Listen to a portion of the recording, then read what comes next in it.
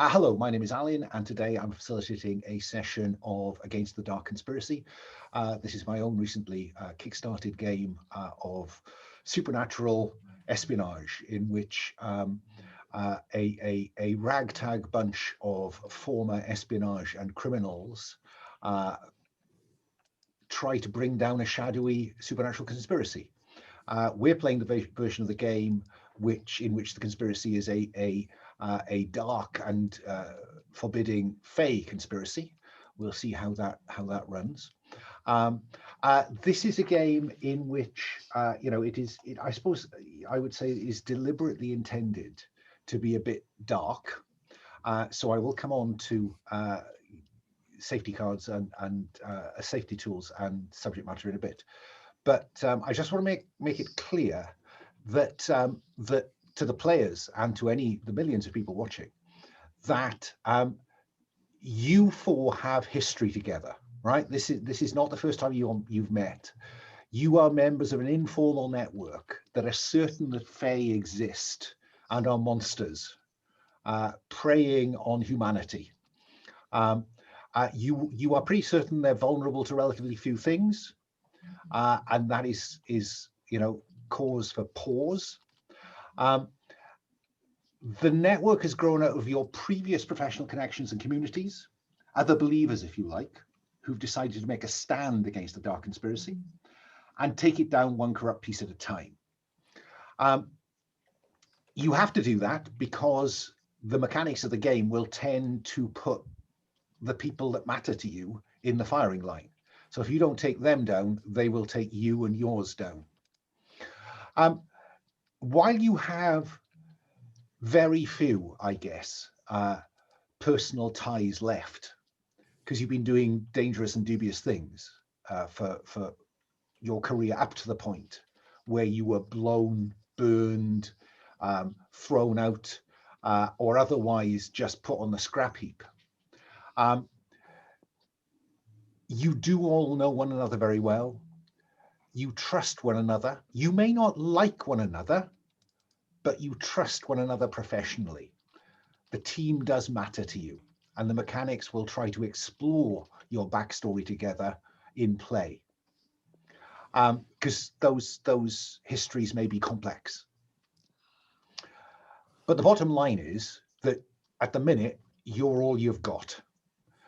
If one of you cracks during this series, this is the first of 4, then we will introduce somebody else from that informal network of previous contacts to take your place or to take the character's place. This game, like most of my online games, is organized as part of the Gauntlet community's online calendar. If you don't know about Gauntlet, then please do search Gauntlet-RPG and you'll find lots about us. And come play with us.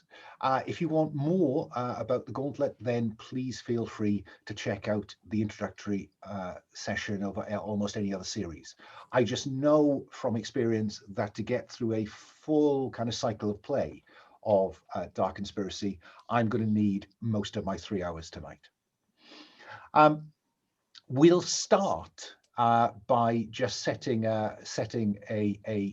a lead in place, and then the players will flesh that out initially, and then their characters, the operators, will then they will frame investigative scenes where they try to add some detail to that. Because this is a game about the supernatural, about merciless Fae leaking from the other world of myth, and about their cruel and venal human pawns, it's intended to tend towards the darkness, towards foreboding and horror. Quite how dark and disturbing will depend on how the players approach the game, but whatever the approach, the longer term fate of their characters is bleak. Even the game mechanisms that will help them to vent the stress that they will build up during play provide usually only transitory and often costly respite. Sometimes that cost is to the things or people that characters love, or to another player character. So we will be careful to ensure, I will try to make sure that people know when they're saying, oh yes, I'm happy to be in this scene, where it could take them. Subject matter, content horror, content warning: horror, gore, betrayal, subterfuge. Not betrayal by one another necessarily, though there's a bit of that, but certainly betrayal by the world around you. We'll be playing, therefore, with safety tools. We're playing with the X card. The best way to get me to register the X card is to make the X. If you prefer to put it in the text of the chat and I appear not to notice it, please, one of the other players, make the X just to draw my attention, because I'm not good at monitoring the chat when I'm playing. The X card is there for anything that that comes up that is disturbing or discomforting in an unfun way. Please play the X card. I won't ask you why you've played it. I might ask you how far back in the fiction you want me to go before I run forward and avoid that. But why you play it, no business of mine.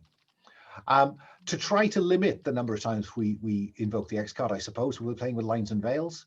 And if I can just draw the player's attention to the lines and veils tab, my starting lines are sexual assault and violence, harm to children, homophobia, racism, sexism, infection or plague is a major plot point, and peril to pregnant women and infants. I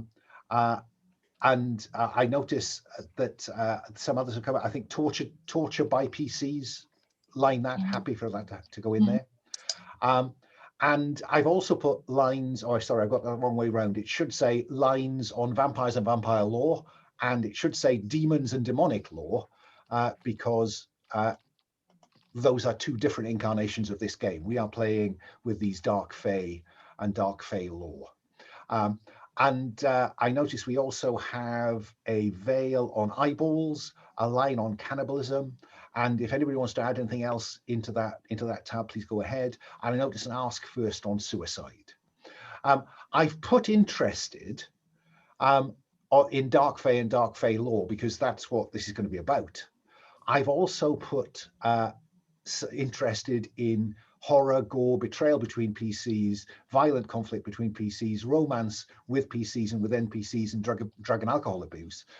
That's not necessarily because I'm interested in seeing that. It's just that some of the mechanics in the game will at least infer that. So please feel free to veil any of those that you would prefer not to role play. Though they're there really as an aid memoir to me to make sure that I prompt you. Because the way sometimes that you seek relief from the horror you will encounter is sometimes to throw a player under a bus. So do please just refine my view. That's my aid memoir, just to remind you that those things are in the game. What else do I want to say?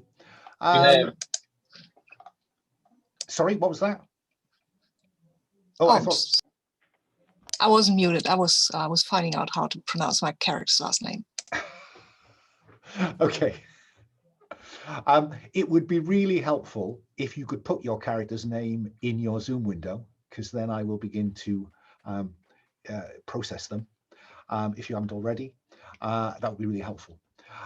So that's the spiel. Let's go to the character keeper. Too many windows open. Sorry. I really am struggling from having been doing something immediately beforehand.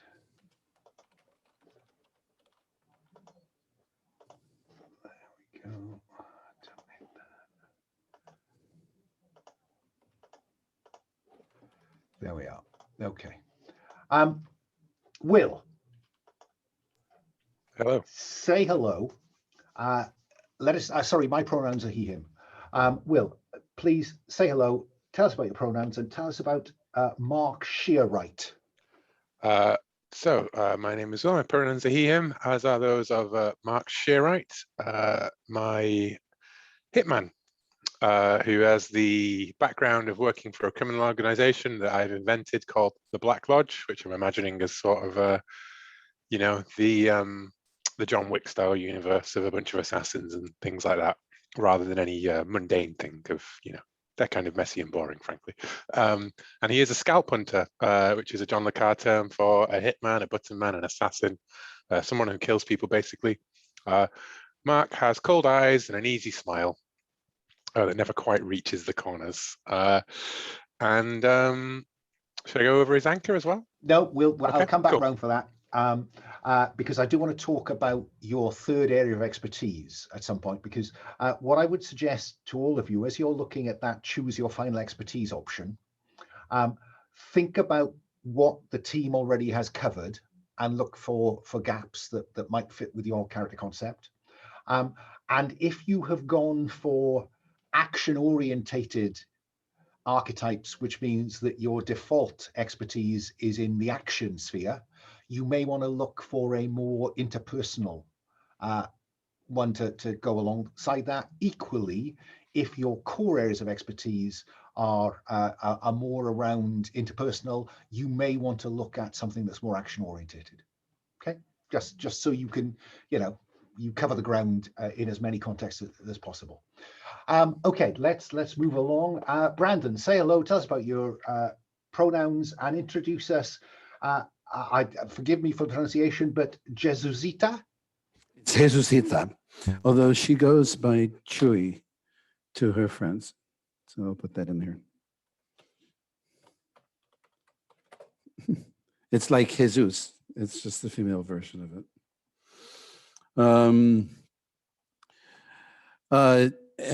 Jesusita is from Spain, and I don't know who she works for yet, but she could well have been brought in by any of the various espionage services. She is an analyst, expert at pulling together diverse bits and pieces and stitching them into something to which an action plan can be made.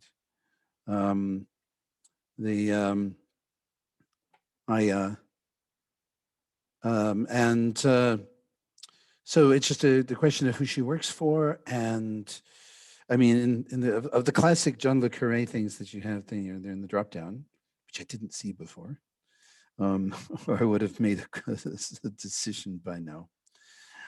I think it's most likely that she got recruited by the Mossad. Her family is or could well be Sephardic Jews. And if not, they're not particular sometimes. They're a small country. They can't always rely on their own nationals to do all of She presumably has a certain set of skills. She has a certain set of skills, and she probably has connections there. Okay. So I'm going to say Mossad because it has a nice flavor to it. Okay. I'll come back around for some other stuff in a bit. Sabine, say hello, tell us about your pronouns, and introduce us to Kadir. Again, the umlaut always defeated me. Yeah. Gunnar the Gun. That was pretty, I think that was pretty right. Also, that's a Turkish name, so I might be off with my pronunciation as well. But I'm playing that to save everybody the embarrassment. Kadir usually goes by Gun because he works a lot with Americans and people like that, and they can't pronounce his name either. His name is Kadir Gunnar. He comes from Germany. He was special forces, was trained with the GSG-9, was rented out a lot on some missions. He doesn't care. He never cared about the particulars, who wanted what, as long as he got to blow up stuff, that was fine. That was fine with him. Blowing up stuff is fine. Blowing up stuff and throwing stuff is even more fine. Was less than fine is that the stuff went sideways, I think, by a lot, and some people he actually they were his people, right? They died, and he for some reason that is not entirely clear to him, he survived, and now and now he does this, whatever this is, he gets to blow up stuff, so that's still fine. Okay, thank you for that. David, say hello, tell us about your pronouns, and introduce us to Andy Lamb. Hi, yeah, my name is David. I use he, him pronouns, and I am playing Andy Lamb, who also uses he, him pronouns. Andy is British. He is a former DCI on West Yorkshire Police Force. Was moved sideways into the National Crime Agency, where he headed up a division focusing on human trafficking and missing persons. It was sort of through this area of his work that he sort of came across people who disappeared under mysterious circumstances, and that led him sort of down the rabbit hole into the strange world of the Fae. The resulting erratic behavior and odd directions of investigations from this point were mostly what led to his the end of his service with the NCA, as he was as he took early retirement from the service. But yeah, that is Andy. Yeah, as so in terms of like game terms, specific stuff, he obviously has a law enforcement background with the handler specialization, which sort of focuses on dealing with people, both in his role as a detective and in particular his role as a senior detective managing teams of people. He sort of that's where his kind of particular skill set lies. And presumably confidential informants and the like. Exactly. Yep. Great. Okay. So yeah, I mean, he's Asian and a bit rumpled, is what I'm seeing in that picture. Indeed. Fine. I can't imagine what his leaving do was like. At the point at which his senior officer tries to find some way to say, "Sorry to lose you, Andy, but you're clearly bonkers," because some of the stuff that you've been filing, mate, is above and beyond anything. So yeah, sad but true. Okay, let me go back round then and just check in now to see whether you want to settle on that third expertise. The only thing I point out about the gun is that's a pretty. I get that he wants to be action oriented. There's not a lot of interpersonal skills in there. Is that deliberate or accidental? That is totally deliberate. Interpersonal is not a strong suit. Usually, if he doesn't like people, he just growls at them, picks them up and throws them, maybe. Fine. I'm looking forward to his first investigative scene. And then what have we got? I don't think we've got much. It looks like you're covering everything really well, folks. So Mark has gone with disguise. Mm-hmm. So in what kind of context has Mark used disguise? Just give me a feel for what you're envisaging. You're unfamiliar with the Hitman games, I assume, Alan. Okay. Where you dress up as people and no one notices your bald head as you kill people in ridiculous ways. That's Mark's life. Of course. I was forgetting. I beg your pardon. And Andy has gone with research. And just to distinguish between these three interpersonal skill areas: authority, negotiation, and persuasion. Persuasion is about charm. Authority is more towards the intimidate, the do you know who I am, or do you know what I could do to you? And negotiation usually involves you having something they want. There's a kind of exchange involved of something. I've had people put to me that could be negotiating an answer or the threat of a bullet. That is kind of drifting into authority, but we'll see where that takes us. Let's talk about your anchor. Your anchor is the one person outside the business, the shadows, that you have occupied for your professional life to date. They are the one person left on the outside. They are probably the one person that maybe you hope to spend time with when you finally get out of this game. Maybe you won't, but you wish you could. But let me go around and ask Mark, Who is your anchor? My anchor is Rhys Gatiss, Gatiss, I think you pronounce it actually. Rhys Gatiss, my mentor. I owe him for everything that he's shown me and for the riches that he's brought me. So mentor in the sense that he did what you did a little bit before you did it, and was able to show yes. you the ropes, the professional ropes. Oh yes, I mean I would just be a rank amateur without his expertise. And now Okay. look at how steady I hold this razor blade. Okay. We don't need to know any more than that about your anchor. We will reveal more about your anchor in play. Let's move along to Jesucita. Who's your anchor and what's your relationship with them? I think my anchor is going to be Rosa Adelson. Okay. Who is my daughter? Oh, right. My grown-up daughter. Fine. Just give us that, and that's fine. And then we move along to Gun. Gun, who's your anchor, and what's your relationship with them? That has to be my younger sister, Hatice Schwartz. She's married to another teacher. She's a teacher.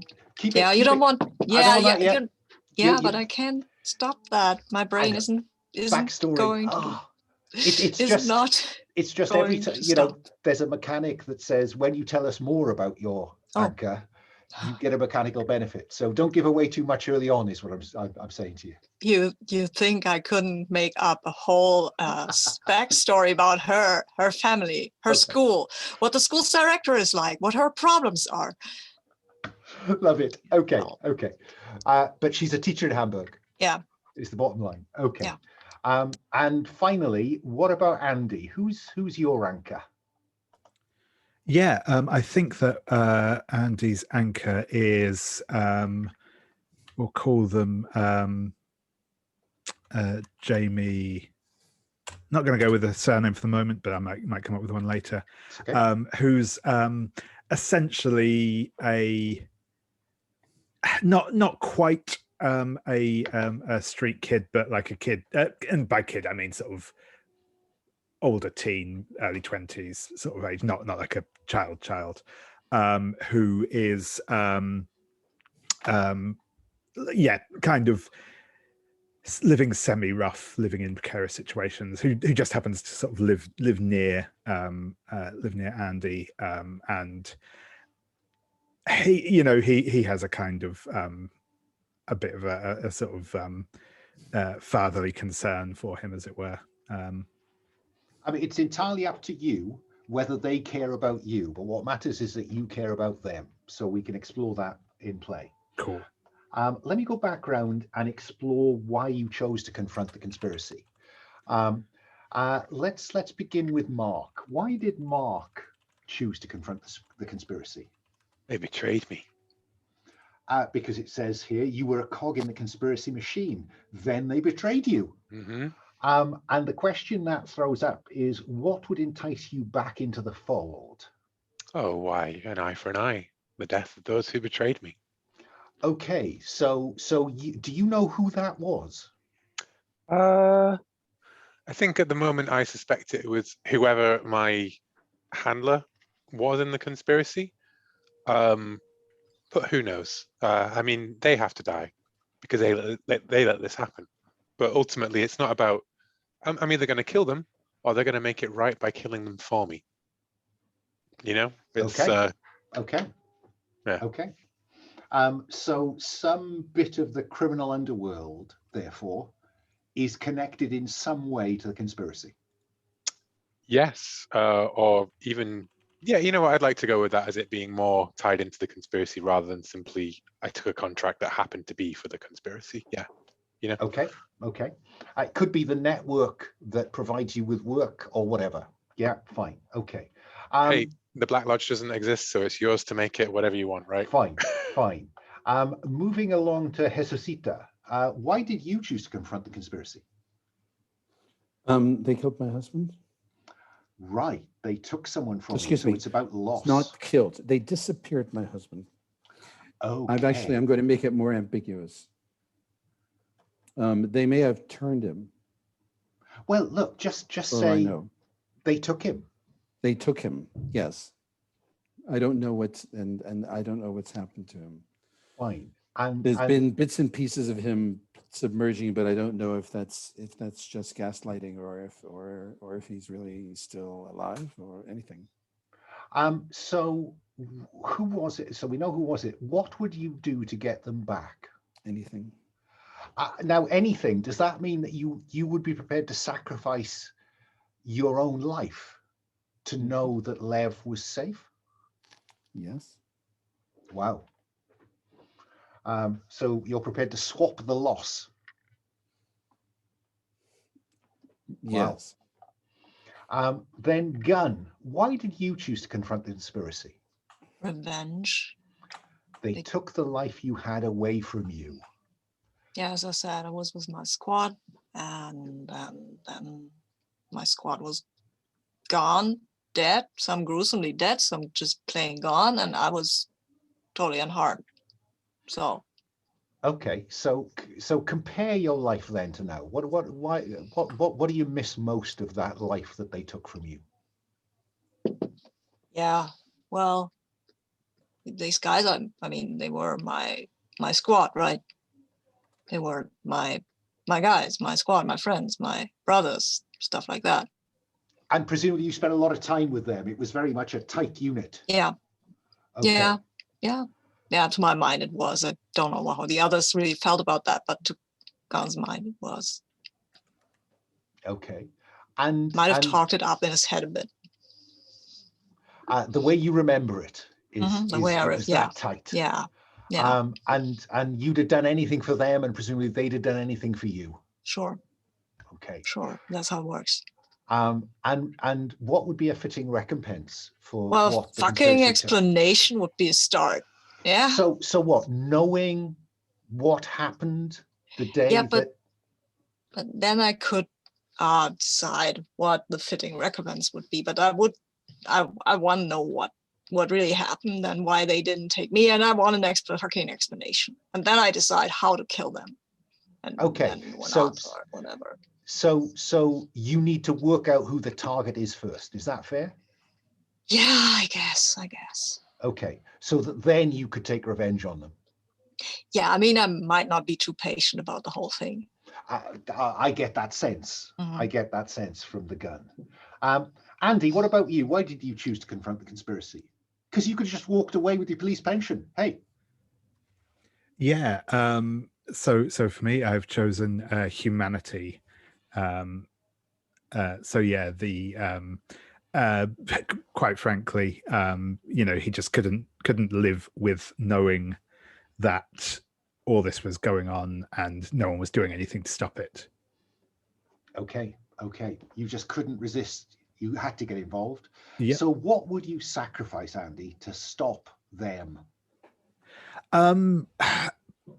What I've put down is everything that he is, whether that be literally his life, his, internal sense of morals and ethics. Soul. Soul, exactly. Yeah. Wow. So Andy's prepared to put everything out there on the line. Yep. Okay.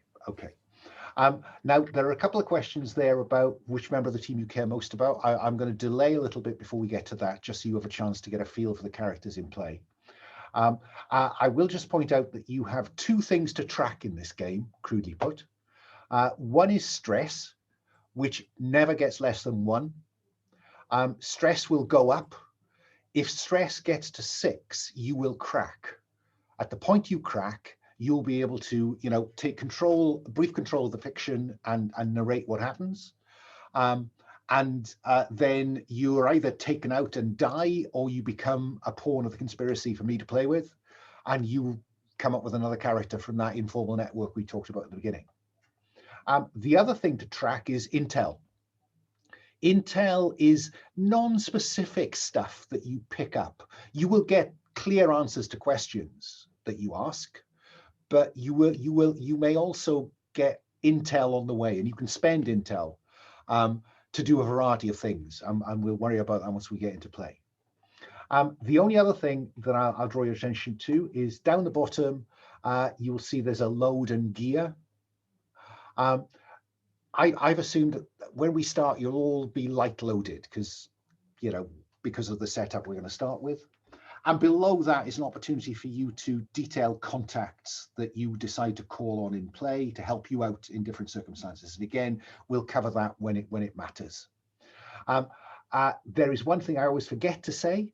Can you see that alongside where you've selected your specialism, there's a little checkbox? Once per cycle of play. So play proceeds through the briefing, the operation, the debrief, and downtime. And during downtime, you'll clear that box. So you can only use that box once, but it will automatically improve an outcome by one step. So there are 3 steps: failure or success at a cost, uncomplicated success, and brilliant success. So you can step up that scale of result by marking that specialism, if that specialism is relevant to what you're doing at the time. Yeah, okay. And again, any questions about this, fine. You could end up having to mark heat, because when you don't do things well, you begin to accumulate heat, which is a resource for me to spend rather than a resource. It's a resource for you to worry about and me to spend. So we've got a picture of the characters. What I want to do is I want to set our first scene in your safe house, right? As a team, you've been together for a while. I'm going to place this safe house in Manchester, I think. I'm conscious that one of us has special local knowledge, but I know you won't abuse that. But let's place it in Manchester. And let me work my way through some questions about this safe house. Let's start with Mark. What's this place like? Briefly describe it, and then fill in you'll find the safe house on the far right of the operator tab. Safe house is on the far right of the operators tab. Yeah, next to Andy. I see, yes. So it is it's a former warehouse converted into a set of luxury apartments. Wow. That bank balance that you built up killing people is really paying off, Mark. Oh, I bought it in the regeneration with my first paycheck. It was pennies then, pennies. Everyone else was getting on the London ladder, and I knew you could make a killing here up north. So just briefly describe it in that slot in the character keeper, please. Sure. Moving along, Jesusita, who's vulnerable nearby? Which innocents are at risk if they hit the place? Well, this is like loft apartments and things like that. Yeah. Right. So it's got a bank of trendy, popular youth retail all along the bottom, and so there's a good bit of foot traffic. There's coffee shops and clothing for young people, and shoe shops and things like that. And so there's there's a whole lot of civilians that are around, which make for good cover for getting in and out. It's no difficulty there, but it means that there's no shortage of targets. Fine. So just summarize that in a couple of sentences in that slot for me then, please. While I move along to the gun, what single thing reassures you most about that this place is safe? Is there, good view of approaches? Is it the cover from lots of civilians coming and going in the area? Presumably there are other people in the flats above, below, alongside, or is there something else? Nah, it's the wire doors. I mean, you have to wire your doors, right? So the wrong people come in, they blow, and then because as much as I'm not a light sleeper, something blows up, I know. Okay, so Gun has wired the doors with explosives. Yeah, that's great. Normally people say, "Oh, it has a good view of the street," but Gun is coming at this from a very precise direction. I love it. And finally, Andy, why isn't this place ideal? I mean, apart from the fact that the German guy has wired the doors with explosives? Yeah, it's quite simply the fact that it is an apartment in an otherwise populated building. It means you can run into people at any time of the day, potentially coming and going. Well, that does kind of disguise foot traffic to a bit. There are situations where coming into a residence isn't ideal. If say you've just had to just been in a fight or similar, witnesses. It's open basically. This isn't somewhere that's hidden or concealed particularly well. So yeah, I think that's the main vulnerability. And presumably, if there is a degree of coming and going in the stairwell or in the elevator, then that's good cover for you. But presumably, it could be good cover for anybody else coming. That too, yeah, that too. Fine. Yeah, but as the chat says, great hipster cake and coffee downstairs. I mean, exactly. You go a long way for that. Andy looks like a man who enjoys a hipster coffee. Yep. So this is where we open then, and I think, let me just see who is likely.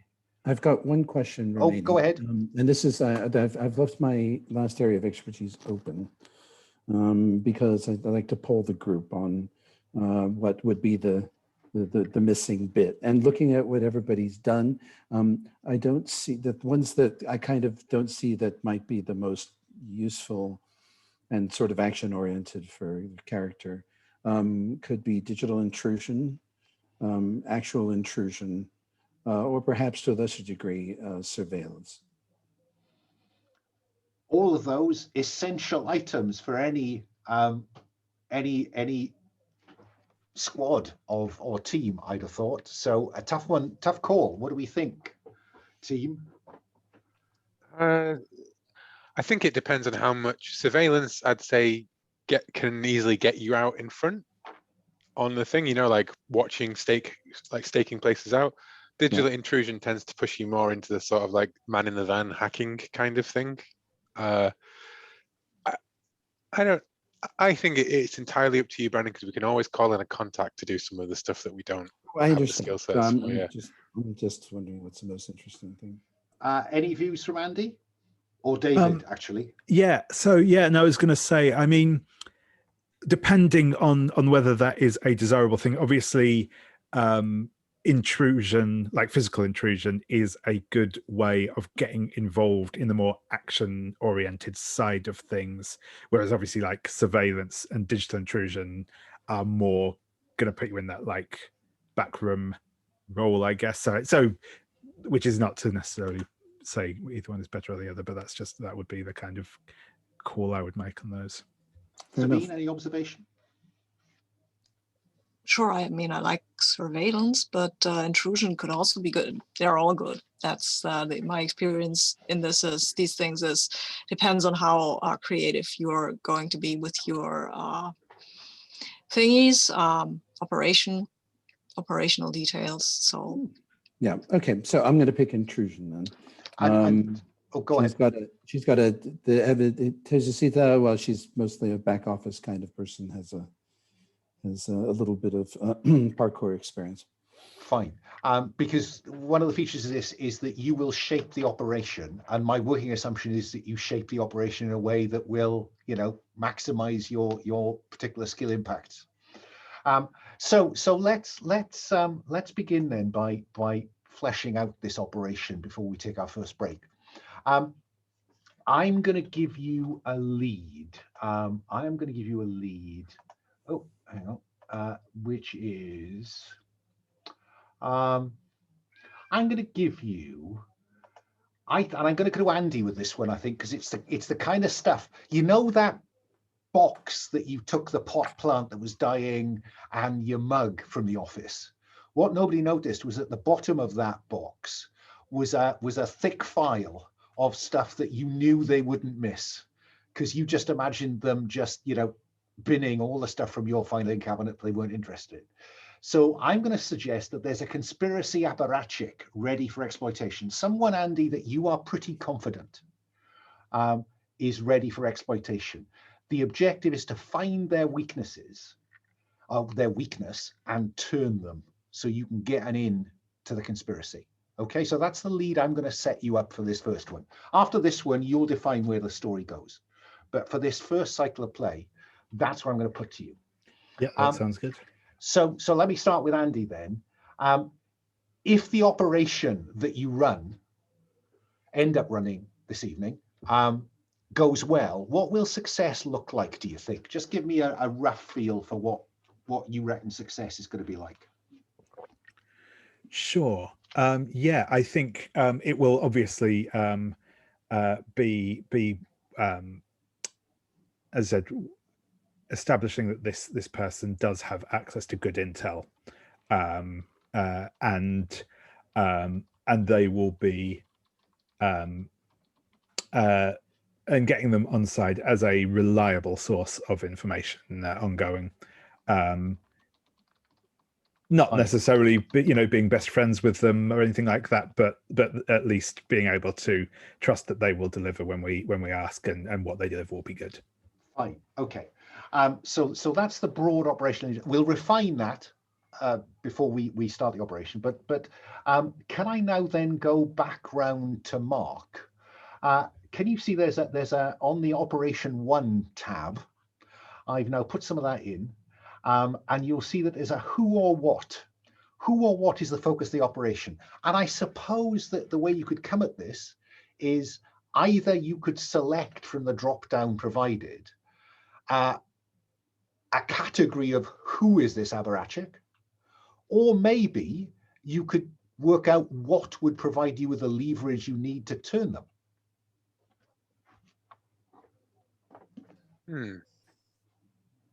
Conspiracy apparatchik ready for exploitation. That's an interesting one to think of it in that terms.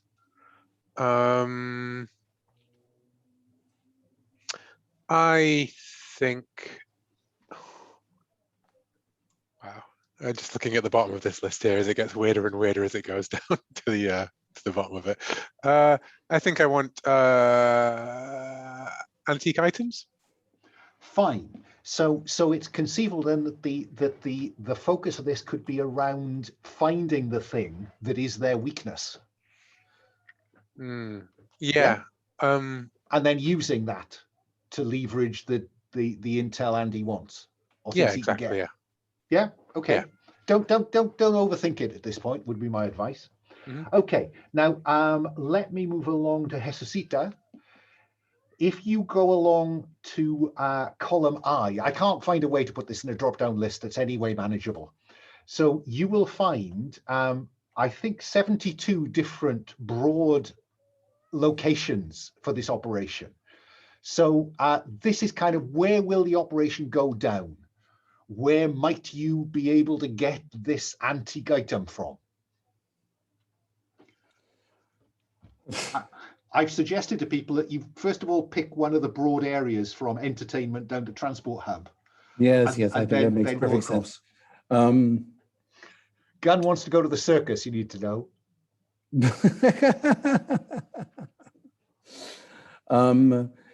It's I'm going to say it's a museum. Fine. That antique item, museum seems a no-brainer.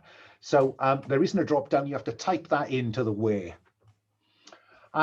Let's go along to Gunn. This is appropriate.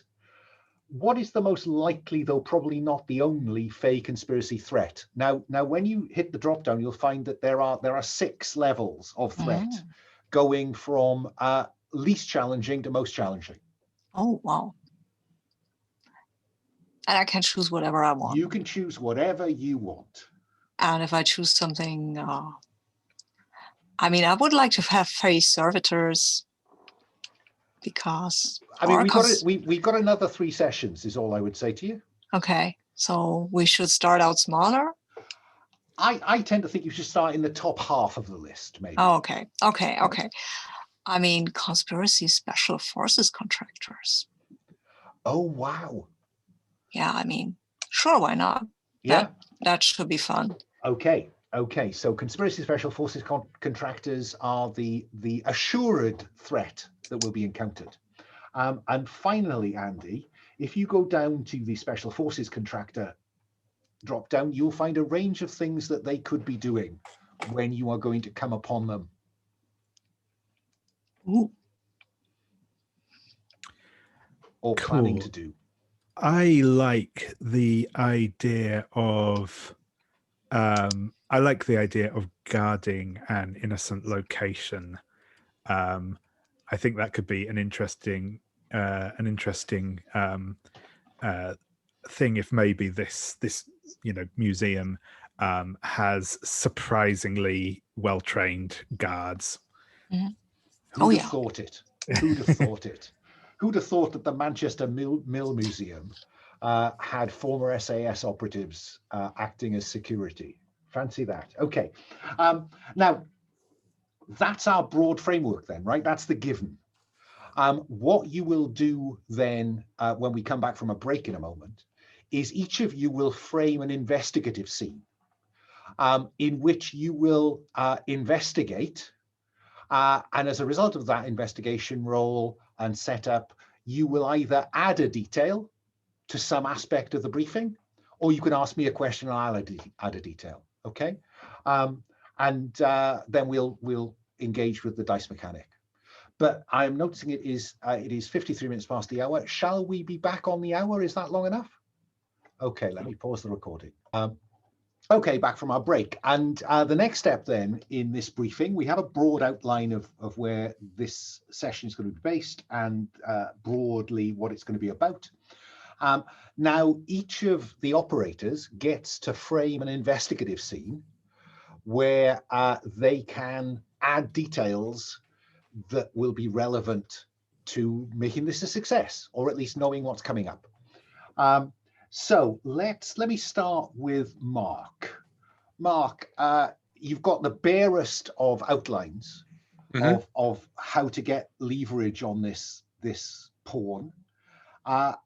What do we see of Mark as he tries to dig up some more detail on this? We see him dressed in a cleaning uniform going around the museums. As a contractor, of course, you know? Of course. Mop and bucket, is it night, day? Is night, I think. It's quiet, you know, and it's tip of the hat to anyone, you know, pull the cap down as you go past the security cameras, that kind of thing. Okay, and mop and bucket kind of cleaner? Of course, mop and bucket kind of cleaner. I think actually vacuum cleaner. Okay, okay. Or one of those polishing machines. Working your way around. What are you interested in finding out about? I'm interested in finding out about these items, right? These antiquity. You know, no one pays any attention to the cleaners. So it's either, you know, I can get into all the secure rooms pretty much, just flash a card and go through, and people don't pay you any mind if you're the help, right? Absolutely, and security is really lax. It seems. So as we see you going round, then keeping your eyes open, I think then this is. I think your expertise would count in this.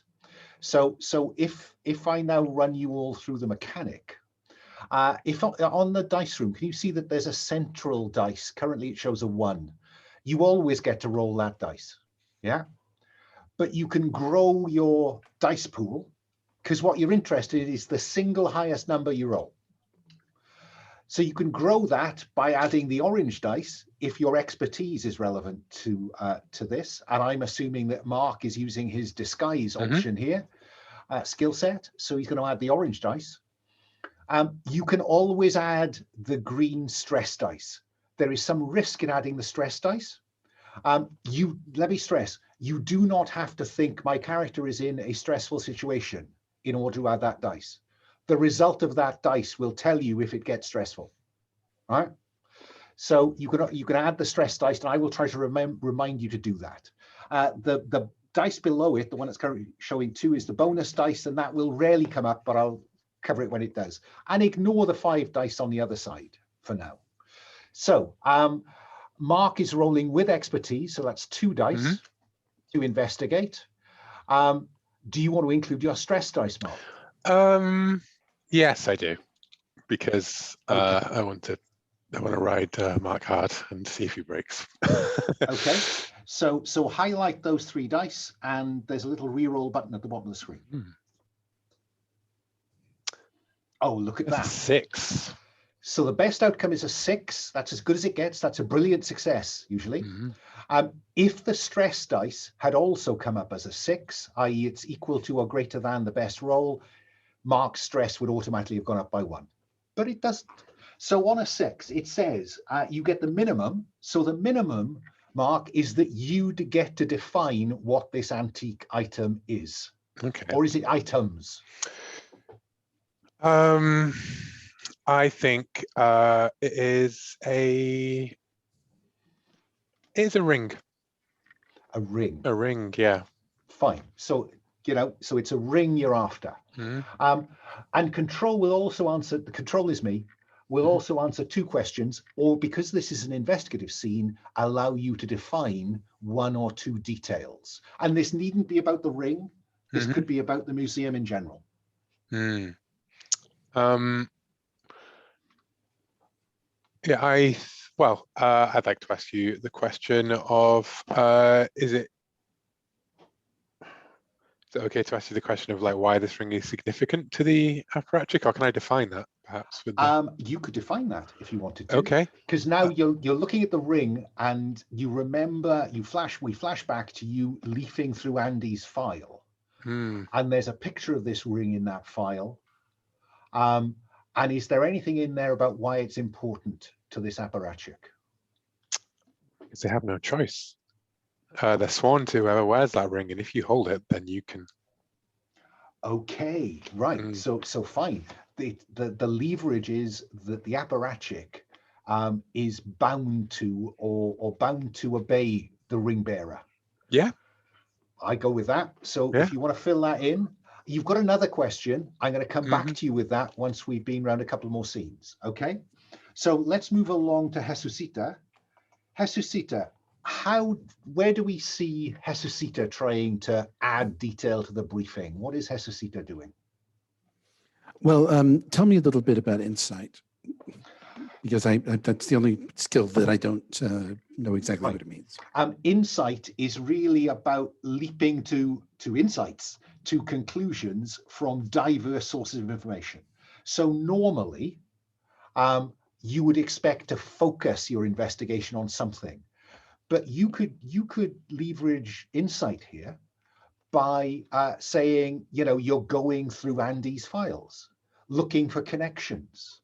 And then out of that, you'd roll to investigate with insight, and that would allow you to define a detail about this operation. Does that make sense? Yes.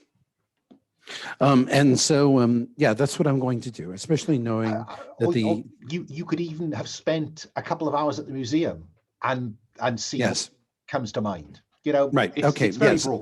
I've gone to the museum, and I've had a look at the ring while looking at various other things, and looking at this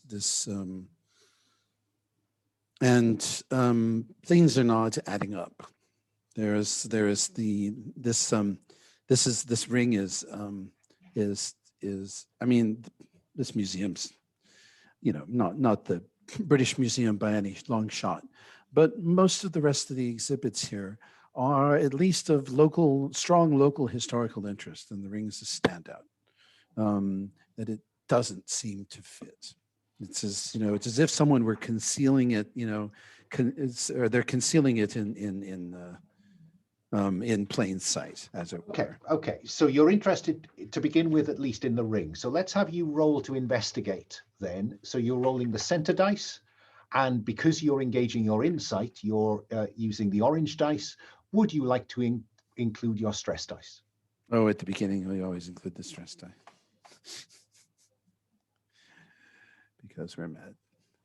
Oh, it's We all have going a terribly 5. well. 5 is an uncomplicated success. So what it says on that tab is you get the basic information. So what do you want to tell me? So I think what you've already told me is that this ring is clearly out of place here.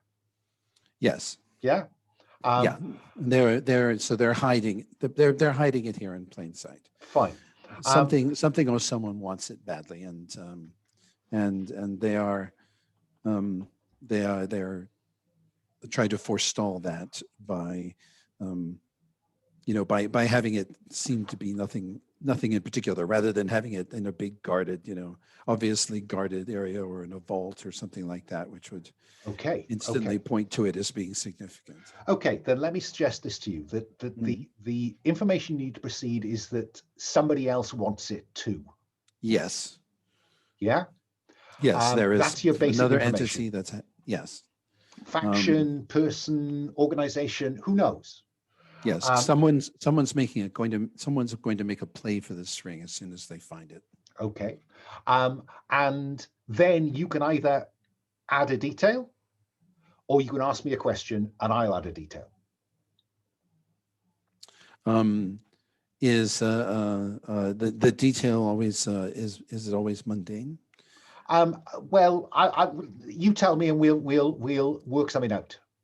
Okay. What feeling do you get when you're what feeling do you get when you're close to the ring? Oh, right. Let me suggest that you get nervous and twitchy. You get fearful when you're near the ring. And that might explain why it's tucked away, kind of not on full display. Because my guess is that there's not a lot of footfall that hangs about the front of this display case or whatever. So it's either inherently fearful, or they've done something to kind of discourage interest in it. Yeah. So by all means, add that somewhere on the operation tab. Other details as they emerge. Take your pick. Put it where it makes more sense. Okay. Then let's move along to Gun. Gun. What do we see of you as you try to add detail to this briefing? Yeah, I mean, it's a museum, right? They have electrical stuff there, I guess, that someone who knows about stuff like that could perceivably use later to, I don't know, produce blackout or. So let me ask you, do we see you, is this about trying to break into the place to work out what's behind the scenes? Or are you in front of house just looking at where, the kind of electrical systems? I mean, I could maybe go with Mark. Has a mop, and then I can check the electrical lines. I look Middle Eastern, and most people will just look through me if I don't look like I'm going to blow up stuff. Which I'm not. At this point, and also I'm not Middle Eastern, I'm German, but hey. I think people are worried that you're going to burst out of those overalls, but that's about it. So yeah, let's have you following him about, and let's have you roll with technical. Yeah. Which is was what I was going for. So you'll roll with expertise. You can add the stress dice if you would like to. Yes, I don't. Why would I stress myself out? It's a museum, right? So I roll the green one and the orange one, right? So you roll the middle one, the orange one because of technical, and the green one if you are rolling your stress dice. The green one is the stress dice. Okay. And the middle one and the orange one. Okay. I hope I have the right ones. You do. I do. And a 4 is an uncomplicated success. See. So the basic information, I think, is that the electrical systems here are not really up to date. Okay. We've determined this is not the British Museum by any means. So what detail do you want to add about this, or what question do you want to ask me? I mean, I wonder if there are more security. There are more power lines running towards this, the place where the ring is kept. right? I will tell you, therefore, that the display case for the ring is has higher security than anything else. Ah, okay, good. Good Surprise, to know. surprise. Yeah, well, I'm not that surprised, but it still means that someone in the museum has to be in the know. Was I an guess. interesting observation to make. Yeah, yeah, could very well be. Okay. I mean, someone had to set this up, even if it wasn't an expert, right? It was just some Joe. Well, who knows? Maybe someone would investigate that. I don't know. Let's move along to Andy. Andy, how do we see you trying to add some detail that will give you, you know, as much chance of success with this operation as you can get? Yeah, I think we see Andy is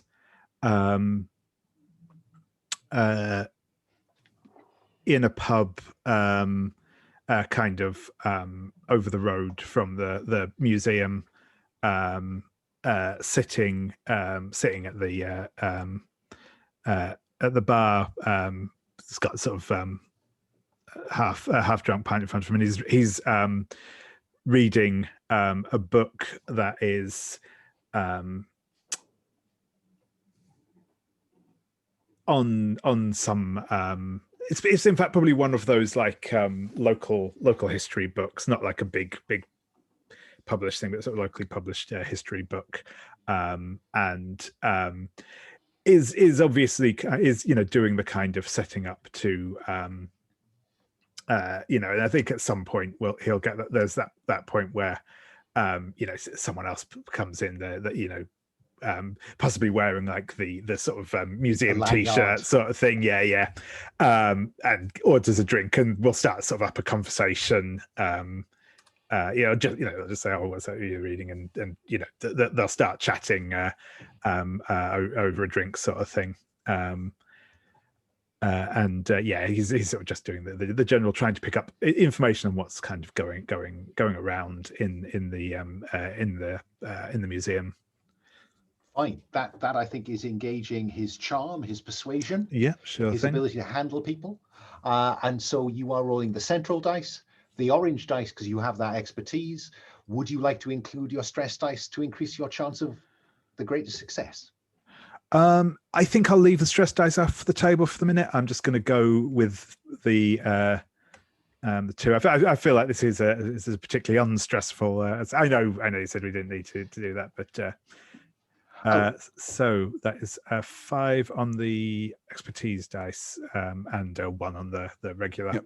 So it's the 5 that matters. So you get the basic information. So I think the basic information I can give you is they've had a lot of new people join the staff, join the security. Seems like, you know, Dave, who used to be in charge, is off sick. So it looks like they've drafted in some agency staff for security. So that's the basic information you can have from me. But you can also either declare a detail or about anything to do with the op, really, within reason, or you can ask me a question. Yeah, I think I'm going to ask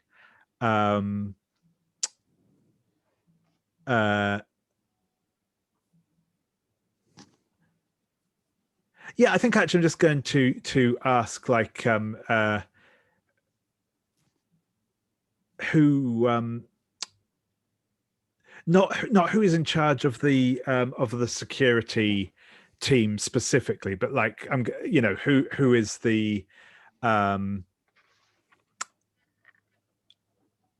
like head of facilities or head curator, someone like that, just to kind of who they are and a little bit about them. Okay, I think they can tell you that Dr. Davis is the curator, and they've been in the job. They've only been in the job about 6 months, and I think I'll give you nothing. The fact Dr. Davis seems, you know, is really well qualified. Apparently, you know, why she's come to work here, I can't imagine. So yes, sorry, let's not make it Davis. Let's make it Brown, Dr. Brown. Yeah, because we've got a Dave. Oh, Dave's on 6, so we won't come across him again. But we've got a Dr. Brown who's been in post for 6 months and seems overqualified for the job. Fair enough. So I'm hoping all of you are adding those little smidgens to your to the operations tab, because I won't remember them, particularly where you've created them. So that's the setup then. That we go, oh no, sorry, yes, Mark, you rolled a 6. Let's come back to you. You have a second question or detail to declare. Or what's the best, what's the best window of opportunity for snatching it? I think the obvious answer to that is night, if you want to have relatively few civilians about, or the day if you want the cover. I don't think I can tell you which is the best. I can give you the advantage or disadvantage of the options. Okay, yeah, that's fine. Okay. Yeah, so you can put both of that down. Few civilians at night. I suppose the way I could phrase it is, when does it ever leave its case? Oh, right. I think I'll give you that one for nothing, because I'm going to tell you that as far as you know, never. The only time stuff leaves these cases is when it goes on some kind of jaunt around the country or Europe. That is as much of an answer to the original question as anything. There is no kind of uniquely key point to the attack. No. They don't remove stuff from the cabinets and put them in a safe somewhere. Yeah, exactly. Yeah. Okay, fine. But I'm very happy for you to make a note that, civilian cover in the day, less civilian obstacles at night. Or that's a typical, yeah, that's what the cleaners tell you. So that's our setup, apart from the fact that there is a byproduct of rolling a 6, Mark. On a 6, you mark intel, congratulations. But I think all of this, as you now survey the briefing, you are close to something of arcane power. Scary, isn't it? Roll for stress, Mark. When the rules say roll for stress, you roll the stress die. If the stress die comes up higher than your current stress, stress goes up by 1. Sure. I've apparently lost connection to the page, so give me 1 second. There we go. Oh, that is the 6. Another 6. So yeah. Stress goes up by 1. So let's then reconvene at the safe house, where you've now pulled together the briefing for this operation. And in a moment, I'm going to ask you, how does this operation open? Where do I see you? But I think it would be as well for you to agree whether you're going in day or night.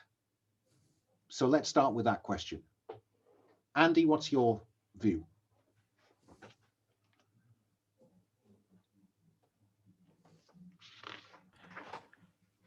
I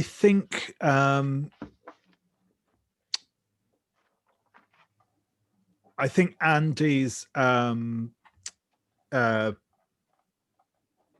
feeling is that this is probably something that's going to be probably best accomplished at night, because we have to actually get it out of a secured lockbox. That's unless we come up with a clever ruse, which we could do.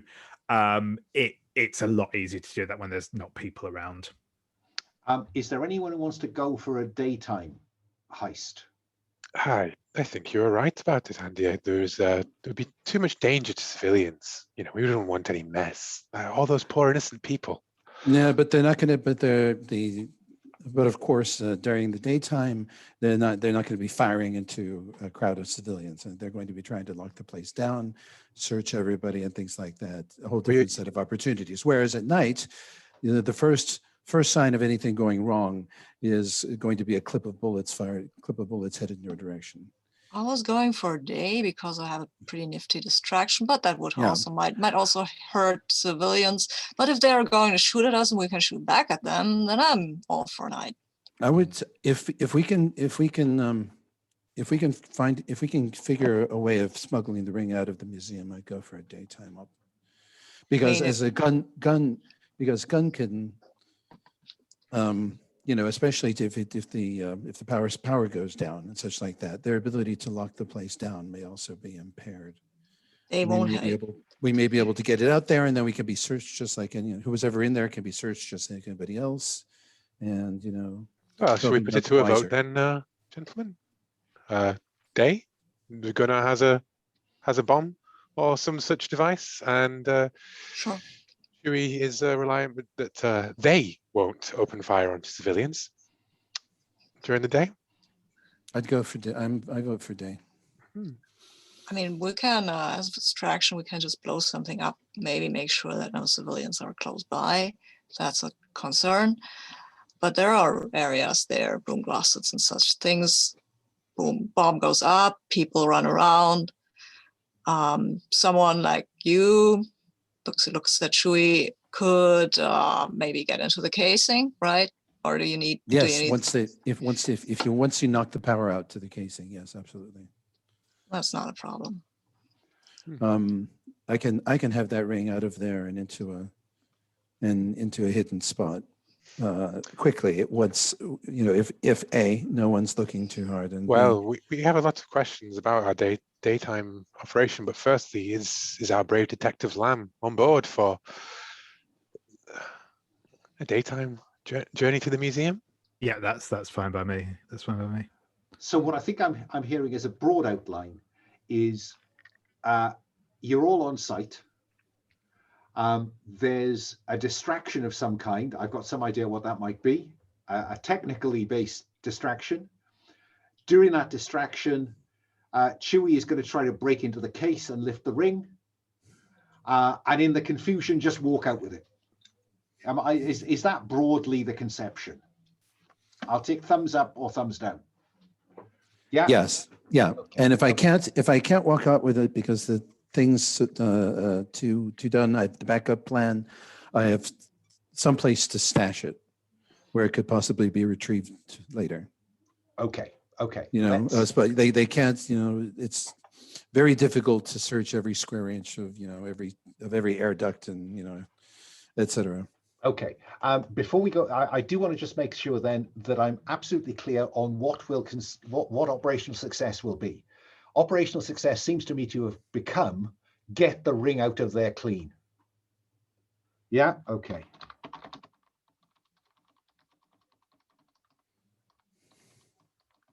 Fine. Get the ring out of the museum clean. I can't spell museum, but it's the thought that counts. Okay.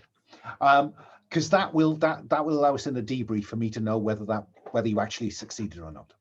Okay, so let me start then with Gun. Gun, what do we see you kind of doing in order? Because I think you're IC in charge of distraction here. So what have you got in mind, Gun? Well, if we're going in during the daytime, I'll just wander in. Maybe then go somewhere off one of these places that I've scouted out before. Broom closet or something, put in an explosive device, wander off. Okay. So a member of the public gonna conceal a device of some description. Fine. So we see you. Let me now then go back and let's just check in. Do you want to stay light loaded, Gun, or do you want more capacity?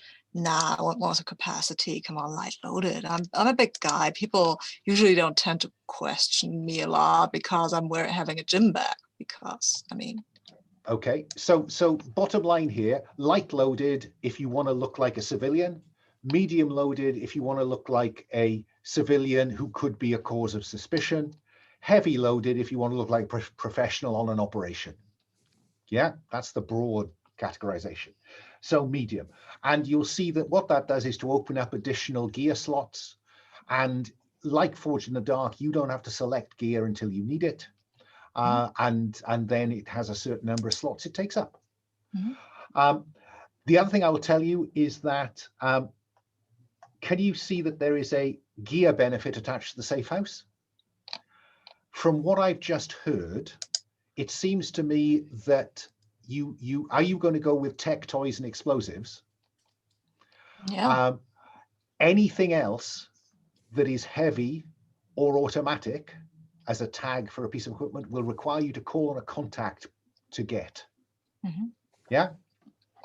So I'm going to mark tech, toys, and explosives just so. Okay, fine. Yep. Where's the safe house? I'm It's, sorry. it's on the far right-hand side of the characters, just beyond wait. Andy. Yeah. Aye, there is more. Wow. Okay. Sorry. So let me then. We know that Gun is going in medium loaded. What about Mark? Mark is going light loaded. Okay. Chewie?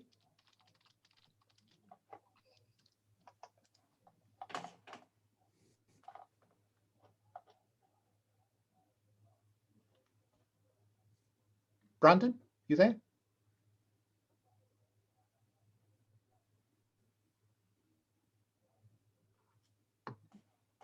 Brandon, can you hear us? Yes, Oh. I'm back. Yes. I was asking the question about your load. Are you going to stick with light load? Are you going to go in? Absolutely. Okay. I'm going so lightly loaded it would be difficult for anybody to imagine. Okay. You know, Okay. A little purse and a form-fitting dress. I mean, don't go too far down that road at this point. Well, no. I mean, just civilian just dress, the kind of thing. Civilian dress, right? A perfect ordinary. If you tell me you've got a small purse, then I will start limiting what you can carry in it. But let's go along to Andy. Andy, what about you? Light, medium, heavy?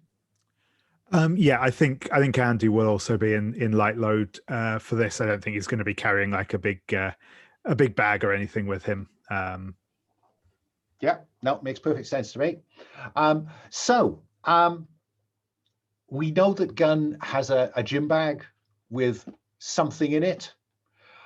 We'll worry about him inveigling that into a location shortly. Let's go round to Andy. Where do we first see you as our operation opens? Yeah, I think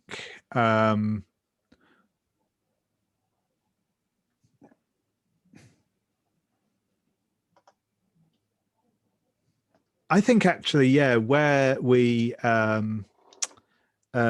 see Andy is actually he's dressed in a not in a fancy suit. He's dressed like in a suit and tie, and I think he's actually approaching the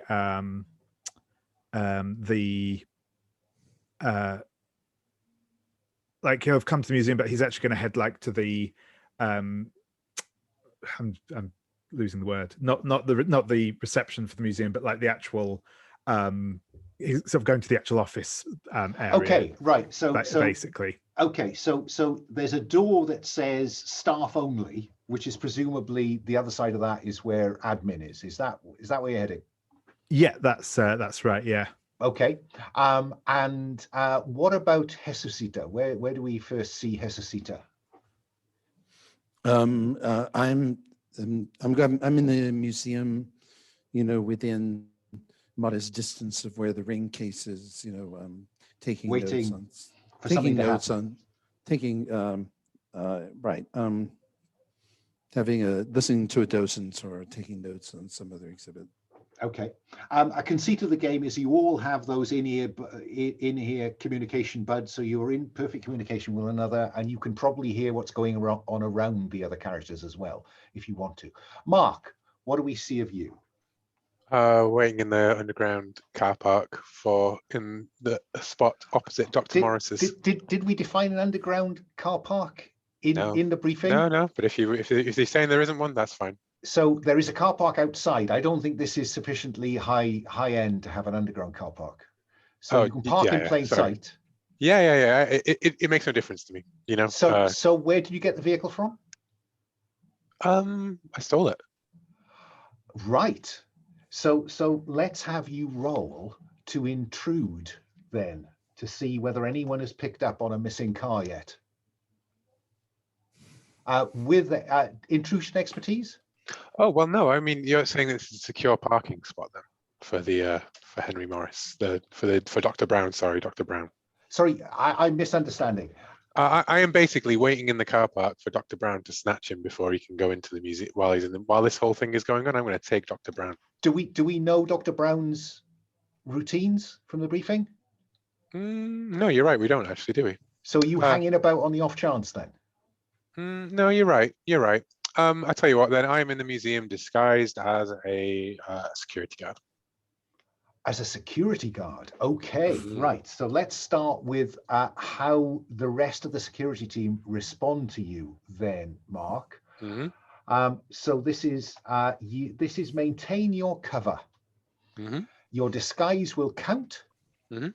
So you have expertise. Do you want to include your stress dice? Yeah. Oh, look at that. It's a So 6. 6. You succeed brilliantly. Control will agree with you what extra benefit you get. I mean, can my extra benefit be that I know where Dr. Brown Dr. is? Brown is, by Yeah, all yeah. means. So you know that Dr. Brown is in her office. Her office. Okay. Yeah. Mark Intel. Oh, I get to mark intel as well. You do. Every time you Ooh, roll a because 6, of pretty 6. much. Yeah. Nice. As you discover something about the conspiracy. You know the rest of the security team. They look peculiarly professional to you. Mm, You think that these are the special ops contractors that you believe to be on site. nice. Should I put that in as an obstacle in the operation? Well, no, it's a fact of life. You can add it to the briefing. Yeah. Okay, sorry, yeah, I've misunderstood that thing. Yeah. Because you lot defined them in, right? They're a given.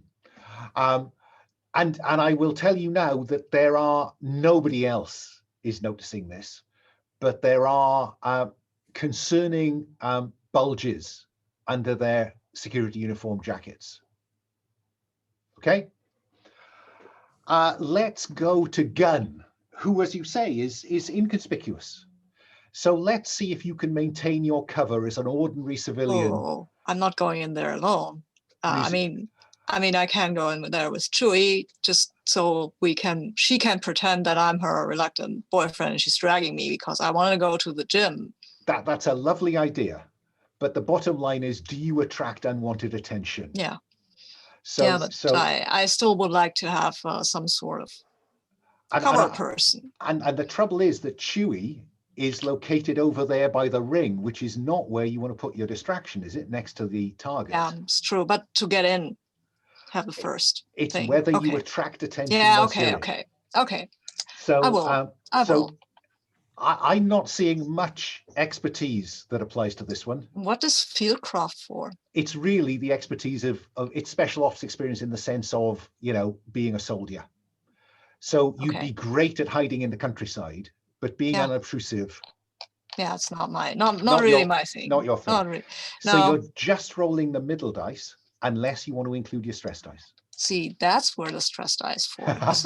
This is stressful now because they're all looking at me and like I might flex a muscle or shoot at a pretty girl or pretty guy. I don't know what. Because Mark's just whispered in your ear, check out the security. There's more to them than meets the eye. And all of a sudden you're thinking, if I was running this security detail, I'd notice someone like me. Let's roll the Yeah. dice. It's true.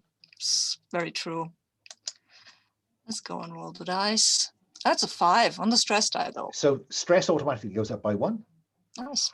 But it is an uncomplicated success. It does look like you've just come from the gym. It looks like.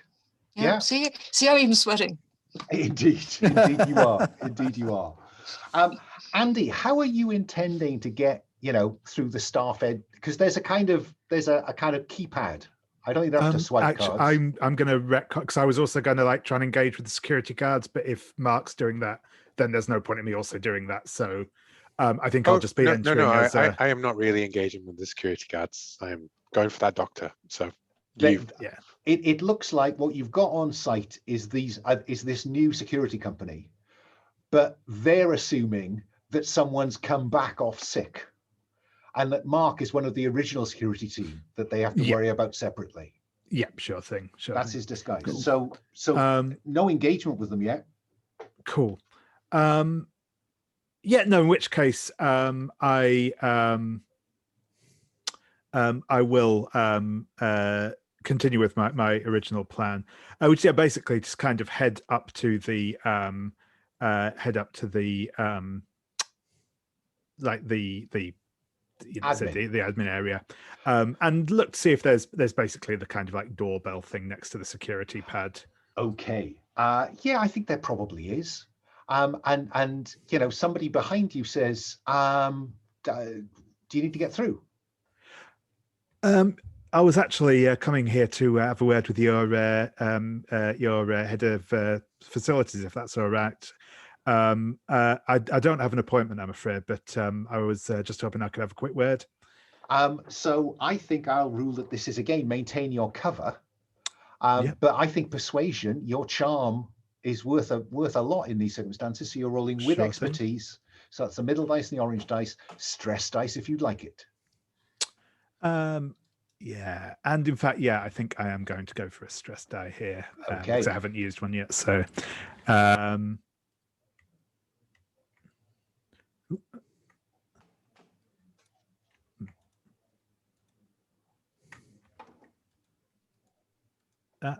right, sorry, I'll give. I'm struggling to. Does that work? No. If you click on each one in turn. Right. I was trying to control click. I was being too clever for my own good. Right. Yeah, I don't think that works. Cool. We should suggest it to John Grimm.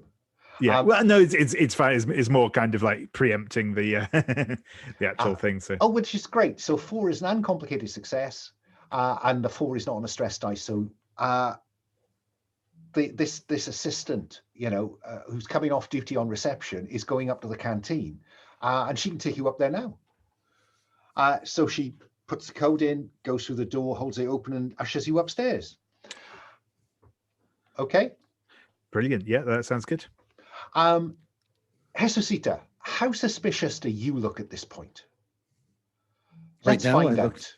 I hope the picture of innocence, but Okay, so again, I think this is about maintaining your cover and not looking suspicious. So you're rolling the middle dice. I think your espionage tradecraft gives you some ability to merge into the background. So I'm going to give you expertise, stress dice if you want it. yeah, getting spotted right now it would queer the deal. So I'm going to do it. Oh, 5. Okay, but I'm going to mark a stress. You are, because 5 was on the stress. And that's fine. You know, uncomplicated success, you are just a part of the background, you know, with lots of other people. Now, I am going at this point to invoke my first GM obstacle, which is, where have they gone? Crowd control. The area is much busier than expected. That could provide additional cover or put bystanders at risk. I have 4 complications to add. That's my first one. So it looks like a bus trip has arrived. Lots of old people on a trip out, being brought to the museum and being given tours. So there are lots of old people on site. What are you interested in doing upstairs, Andy?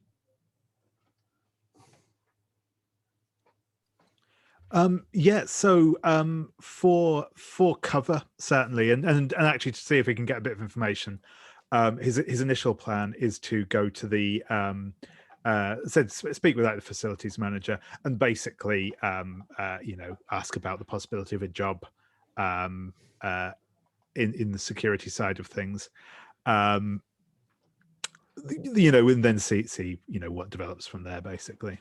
Okay, so Dr. Brown's the chief curator. Let's assume that facilities management is run by Dawn Bennings, and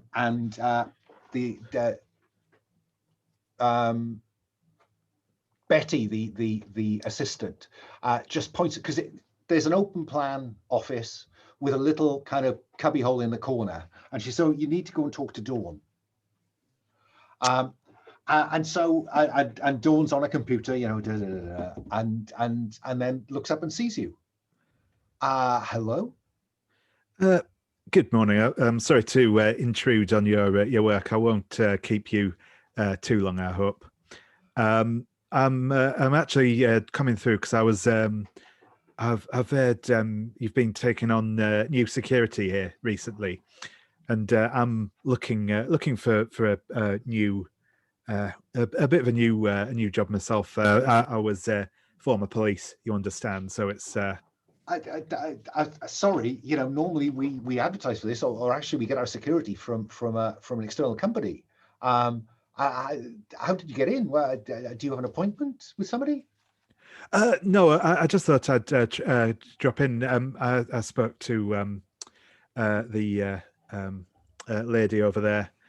She said you might be able to have a quick word with me. If it's too much trouble, no worries. I'll see myself out. And she's getting a cup of coffee on the side. It says, and catches your eye and waves, wanting to be helpful. And she says, well, you need to get, and we've got a new security company in at the minute. They're filling in. Do you want to find out anything? I would like to find out a bit more about the security company, and I'll say, who have you got in? I know quite a lot of the local firms. Worked with them a fair bit in my time with licensing and whatnot. Well, I think that's a role to investigate with expertise, because again, your personal charm is magnetic, Andy, despite the rumpled exterior. Stress dice if you'd like to add it in.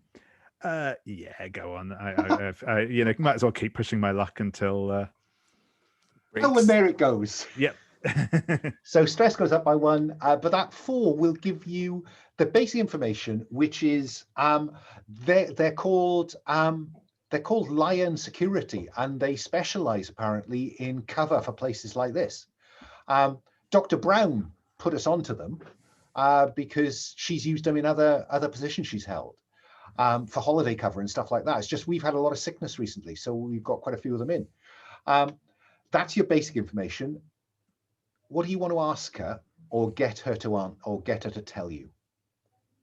Yeah, I think I would like her, and probably just as a kind of continuation to what she's saying there, I think what I'd like to know from her is where Dr. Brown worked before she came here. Right. Yes, I think Dr. Brown worked at, I'm going to go with the British Museum. If in doubt, invoke the British Museum. I think that she worked in the British Museum. Okay. Brilliant. Yeah.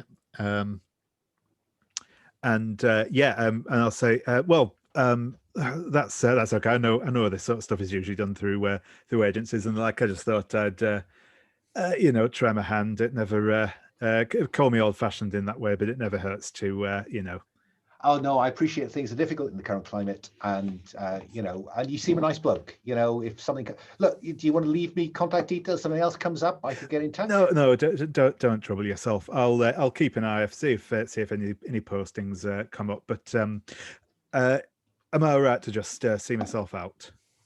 Yeah, that's fine. Yeah, I mean, we're all a bit short-handed here, so yeah, see yourself out. I'm curious, do you see yourself out? Probably not directly, but Okay. But I guess we'll see where. Yeah. Okay. Let me go to Mark and then Gunn and then Jesusita. Mark, you're on duty. Mm-hmm. Where do you want to be located particularly, or is there something I you want want to be ready to do? I want to be ready to help Dr. Brown evacuate when the alarm goes off. Take her to her vehicle and see her off the property, if you follow my drift. So that kind of assumes she's going to come down here onto the museum floor? No, I want to be as close to her. I want to go to her, like as soon as that alarm goes off, I am like, we've got to go this way. Come on now, now. Okay. So you want to get upstairs as well? Yeah? Yes, exactly, okay. Yes. Okay, well, let's go to that one then. Though you are dressed as security, you have a tag that looks like your security, you don't actually have any of the access codes for the staff part of this building. So how are you looking to get hold of those? Well, I mean, How do you play that? I steal it from someone. Or if you want, we could do the switch over with the door. Mm. Yeah. Yeah, I think that's a really nice touch. That that's a really lovely touch. Like, Yeah. Are you on your way open down, the door. Andy? Yeah. You open the door and then you hold, like, I bump into you and I'm like, oh, sorry, mate. Yeah. And then shuffle through. Yeah. Fine. That is too cool not to happen. So so you're on duty at the door, just loitering. Andy says, I'm just coming down. The door opens and in you go. Now, Andy, is there anything you want to do before that then? No, nothing particular. Okay. So no, I'm happy to kind of go out and move onto the museum floor sort of thing. Fine, and be one of the civilians. Okay, Gunn, what about this distraction? Where do you want to put your inverted commas distraction? I think it should be maybe some sort of bathroom or something. Bathroom seems appropriate. I mean, Public I'm bathroom. Yeah. Okay. So I can get into a stall, I can put the thing up, I can swipe everybody out of there by staring at them really, really weirdly. Well, if it's any consolation, there won't be anybody else in the stall. Yeah, that's, if anybody else was in the stall with me, that would not be a problem for long, but no, I'll try to get people out if I can, because this is going to be a lot of noise. And I will maybe tell them, no, I won't tell them anything. I'll just stare at them creepily until they leave. Are you going to try to put something to take down the electronics to the case? Yeah, that's the next part. First, we need the distraction, and then I'll fix the electrical system. Okay, so I'm waiting Yeah. for, Yeah. yes, I'm waiting for the, so I'm Yeah, I know. waiting for I'm the all- second signal. That's fine. Yeah, Okay, so we see you in the stall. or maybe I could put up the bomb near the electrical system, so I can put both out at one fell blow. Yeah, that makes more sense. That is going to require you to find the right electrical conduits, which will. I mean, take you- that was what I was going to spy out, Alan. Okay, well, My okay. investigating. Okay, so what I think I said was that there is more security on the ring than you'd expect. Yeah, but and there is a special conduit running up the wall from that cabinet and then Ah, across the okay. ceiling okay. to that broom cupboard junction room. It's got a large, private no entry on it. Okay. So is that where you want to put your bomb Mm. or whatever distraction this is going to be? Yeah, it seems like. I mean, I'm not a subtle guy, so yeah. Well, you could hand off the bomb to someone who could do it. You know how to put a bomb up, and not to think- blow yourself up. Yeah. I I think don't the think so. challenge here is you're going to have to get into that secure location and set the bomb inside it. Mhm. So that's going to require you, Gunn, to do a bit of intrusion, Which I and don't then- have. apply your technical skills. Okay. Okay. I can't use fieldcraft or hand to hand for this, right? Heavy weapons I might, but I guess that would be a bit yeah. Yeah. Okay. Let's do the stress thing again. That squad automatic weapon that Yeah. you used to use. Yeah. You can take the Yeah. lockout with that, no Yeah. trouble at all. Yeah, I mean, I'm not going to be very subtle about the whole going into that room thing, right? Because you said this was not the British Museum, and a bit of applied force in the right point. I mean, that's what I'm going for. But I will roll as a stress die, so let's see how that goes. So let's have you intrude. There we are. Okay, 4.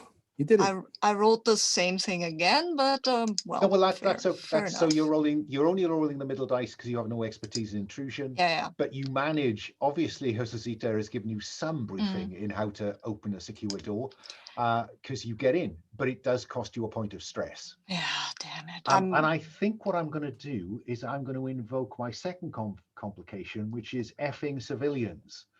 There's an otherwise innocent bystander on site who need to be persuaded to help you or they'll give the game away. You open the door and you find the museum's electrical handyman in there. Oh, goody. There's Okay. a way to take down my stress again. So let's cut to Josecita. Gunn is saying, yeah, I've cracked the door, Chewie, everything's fine. And then there's that kind of, Andy, you've come out onto the floor. Where do you want to be on the floor of the museum? You know, near the ring, near the exit. I think probably between the ring and the exit. So sort of just like, you know, looking around at a few of the exhibits in one of the rooms nearby. Not in like the same room as the ring, probably like I said, a room or so over, or however it's laid out. But yeah. Yeah. So you know, so centrally placed, so you could go anywhere if you needed to. Exactly. Yeah. But exactly. unlikely to be ideally placed for anything. Yeah. Exactly. Yeah. Exactly. Whereas Hesosita is still loitering in the vicinity of the ring. Yes, I mean, I'm actively loitering. And Mark is upstairs, where a nice woman called Betty points out Dr. Brown's office. Oh, Why do you thank need to dear. see her? She says. Oh, no reason. I don't need to see her. I just need to make sure I know where she is. I'm on VIP duty today. I didn't know we had VIP duty, says Betty. Oh, I can get you on the list. I can get you on the list, Betty. No problem. And I wink. Joe's on reception on his own, so I need to get back. But nice to meet you. And off goes helpful Betty. It is 5 to the hour. I'm going to suggest we take our second break there. Okay. Back on the hour. See you then. Back from our final break. So I think that we left Gunn having come upon the museum's electrical handyman in the danger electricity box container cupboard. So what do you do, Gunn? I look at him and I'd say I'm sorry about this, but I really am not. No, hit him. Okay, well, we're going to do this in 2 halves, right? You are going to confront the conspiracy in its pawns, even though the poor devil isn't a pawn, and then we'll do the stress move as the benefit, okay? Okay. So confront the conspiracy or its pawns. Describe the outcome you want. If you fight or shoot at the threat, say what success would look like. Injure, subdue, drive into cover. What do you want the result to be? Out cold? Out cold is pretty much what I'm going for here. Fine. You all have expertise in hand-to-hand combat, so you all are rolling with expertise. Would you like to, because I am assuming you're not going to pull out a heavy weapon at this point. No, not yet. Just bang. So you're rolling with expertise. Would you like to include your stress dice? No. Okay, no, so just roll the 2 and let's see how it I'm goes. stressed enough as it is to relieve my stress. I've got a 3. That's not so great. Fail. Oh no. Or control may offer you success at a cost or after a hard choice they describe. I think that, well, I'm going to mark heat because that's my the first time I have a chance to mark some heat. Yeah. I'm going to say that you can put him down. So you will have access to the electrical machineries, but I'm going to have him shout out. And wait, once per session, mark stress to use your specialism to improve the outcome of it. I'm going to do that now. Yeah, now the only complication with that is that your specialism is as sparks. Oh, yeah. So hitting people isn't a sparks thing. It's True. your, True. Okay. Fair enough. Good call though. So the only other way to get around this is you could call on a contact to try again. If you can come up with some narrative fictional positioning that some contact could give you that would allow you to get round this obstacle differently. Contact. Let me check the contacts. Where are they? They're right the way down the bottom. They don't start until about row 42. Yeah, no, but I need the sheet where it says what they can. Click on their expertise drop down, and it tells you what they are, what you can do. All right. Oh, there, expertise. Yeah, sorry, I can't see stuff. I would like to have maybe there was a cleaner here.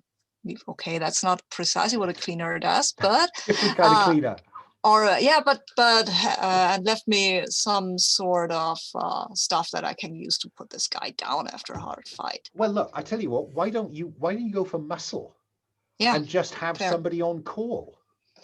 I don't want somebody on call. I want him to do this himself. I want maybe somebody has put up some stuff that he can use, but to need another guy for this, I mean, come on. Okay, that makes him look less than cool, doesn't it? Yeah. Okay, what about an accountant? And actually, this guy's on your payroll, Hmm. but you can Yeah. still get to hit him. Oh, yeah. Well, because you have to make it look good. Yeah, sure. He's actually one of mine. And Okay, so in that case, I say, I don't say that. I say, I'm really sorry about this, but so just so I'm clear, you would declare the expertise of your Mhm. contact as accountant, Mhm. which means that you had the money and we see this accountant bribing this electrical Mhm. guy. Yeah. Yeah. Hmm. So you would select accountant, name your accountant. Hmm. And what that means is I'm going to let you try again Hmm. to put this guy down because you knew that he was going to be there. Hmm. Okay. He may not have realized in the deal that he was going to get put Mhm. down. Mm. Does that seem Okay. fair? Yeah, that seems fair. Okay, That seems fair. So I can roll again, right? you can. Oh gosh. There's a 5, so. There's a 5. There you Mm. go. You can't try again in this game unless you call on a contact broadly. Mm-hmm. So bang, he goes down. Let's go to Seek Relief from the Horror because you've just beaten up you've behaved badly. That wasn't Yeah. the deal. Yeah. Reduce stress by 1 Mhm. and roll a d6 of your choice. Whichever I'm- one moves, we'll take to be the one you chose. I'm rolling the dark red one. Okay. That's a 4. 4 plus, and they are NPC. Mark Heat Mhm. and agree with Control how this comes to the conspiracy's attention. What do you Mhm. think? I think that, well, that guy, he was actually just, some random dude that Anna hired, but actually he wasn't some random guy, right? He was hired by 5 different people, maybe.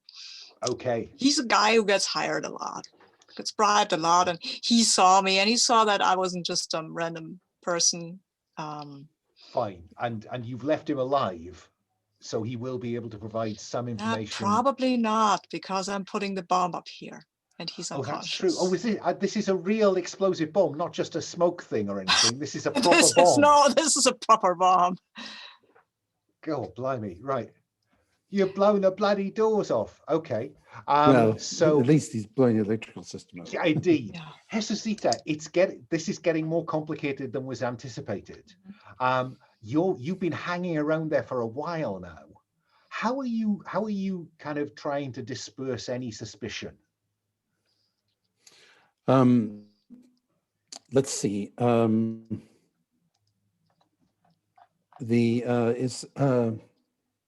Is there a docent? Is there a what? Sorry, A docent. a docent? Yeah. I'm lost. Not a word I A know. person. Sorry. So someone hired by the museum who takes people on tours or explains. Oh right, yeah. Right, significance yeah. of- Guide person, Yes. somebody there who sits in the room and offers, insights. Yes, so you're going to talk to them. Yes, and I'm going to talk to them and flirt with them a little bit. Are you going to talk about the ring? No, I'm not. That would seem Okay. a little. That would seem let- a little much, unless we're in front of the ring, in which case, of course, I will. So let's have you. I think I'll give you expertise. I think your tradecraft is okay for this kind of small talk. Let's have you roll with expertise to maintain your cover. Do they get suspicious? Stress, if you'd like to add the stress die.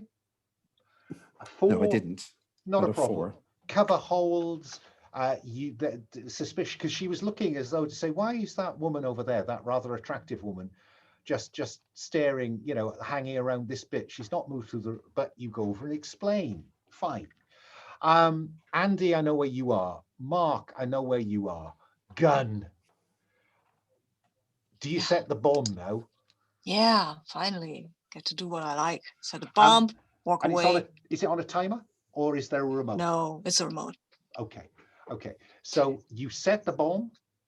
Do you leave the poor guy in there? Yeah. Yeah, sure. Yeah, I'm sorry, but Collateral damage. Mm. And you kind of go out, close the door behind you, and wander away. Yeah. And give Jesusita the heads up. Yeah, walk by Jesusita, give her a grin, and push the remote I mean, it's on my phone, so I'm just diddling around on my phone, wave at her. Let Push me a let me button. be clear where you want to be. Do you want to be near Andy, which means you could go in lots of different directions, or do you want to be near Hesesita, which is near the ring? I think I want to be near her in case something is wrong with the security guards. Yes, we're just waiting for that, aren't we? Yeah.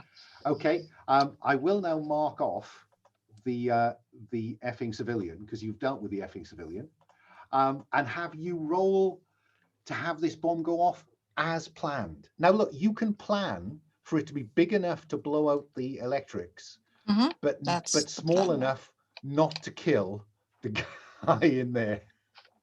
Sorry, I'm not Okay. that kind of guy. I'd probably prefer if we kept it Okay. more to trying to Okay. minimize civilian casualties. Okay, fine. If like Okay. if that comes up as a Yeah. if that comes up as a complication on the fail, that's cool. But I'd rather Okay. avoid that being the success. Okay, If that makes sense. so I guess there is maybe a sort of a cabinet, stuff him into the cabinet, so he would probably be protected from Let's the find out. blast. Let's find out. So you're rolling with technical expertise. You do at this point have to mark 1, the C4 equipment. Yes, I already have. Yeah, and 2, the technical kit. Okay, Because I can't remember what I called it, but somewhere down there is something that sounds toolkit, like toolkit. toolkit. See, and that's why I took medium. There you go. So you've marked up 4.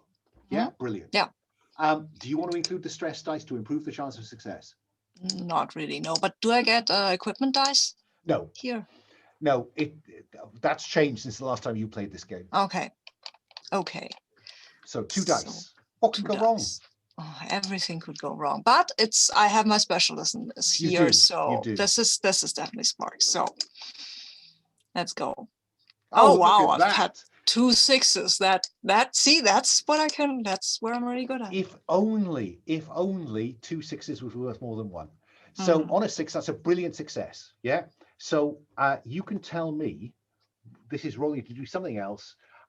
You succeed brilliantly. Control will agree with you what extra benefit you get. What do you want as a benefit?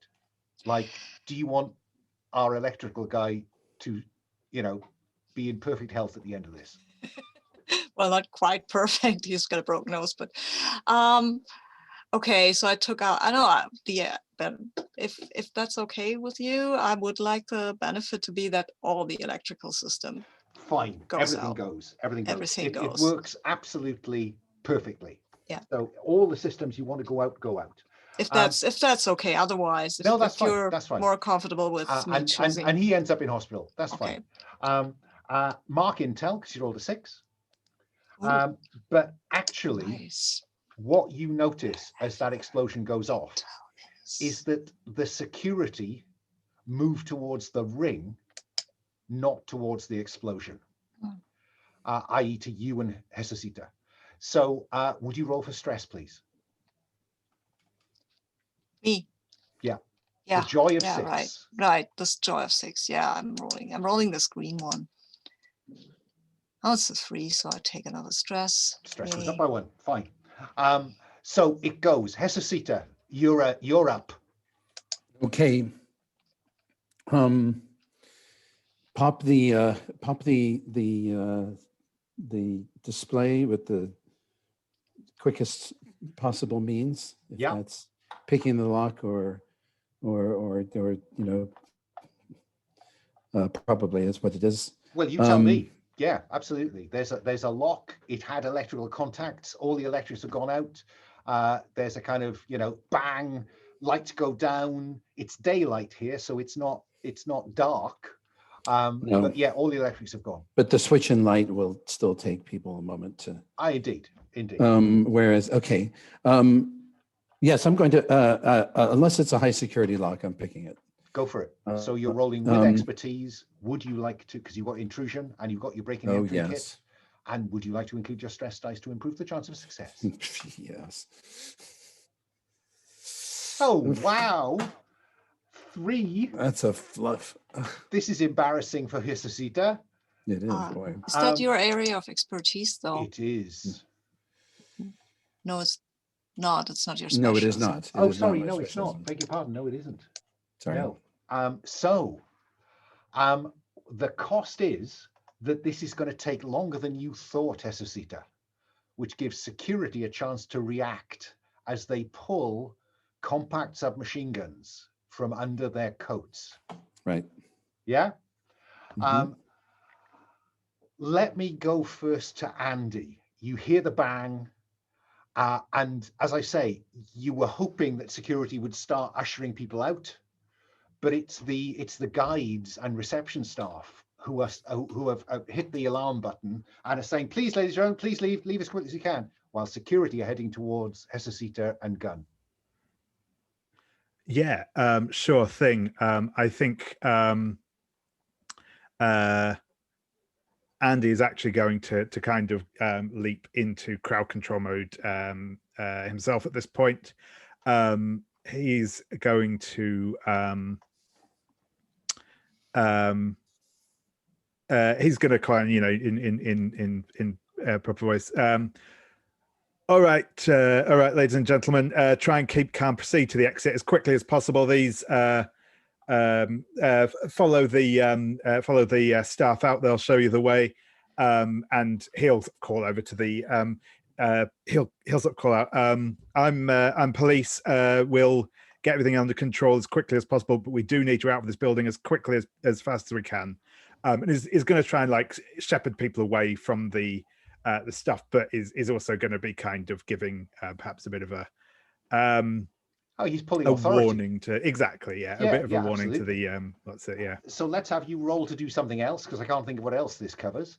So Yep. you're rolling with expertise. You can add Sure the stress dice to improve your chance of success. I think I'm going to just go with the 2 for the moment and see how this goes. Okay. 5. Yeah, 5, cool. yeah. The innocent civilians are now shepherded away from the ring, so they are not going to be collateral damage if what happens is what we think is going to happen. Mark, you can hear upstairs that this is all going off. Security are in motion, and the alarms are going off up here as well. Mhm. So Dawn, who is the most senior admin member of staff, is ushering people towards the fire exit. Mhm. And Dr. Brown comes out of her office, an Yeah. attractive woman in her late 30s. And I say, Dr. Brown, quickly this way. There's been a breach. So go ahead. Let's have you convince her. Yes. And you're trying to play this straight. I'm security. I can help you. Yes, exactly. Yes. Okay. Yeah. Yeah. So I think this is, can you maintain your cover so she doesn't rumble you? Yes. So my connection to roll with me seems to disappear every few minutes, and I need to refresh it every time. Okay. But I will tell you something, Mark. I've just invoked my 3rd complication. Mhm. Oh no, sorry, that's the wrong one.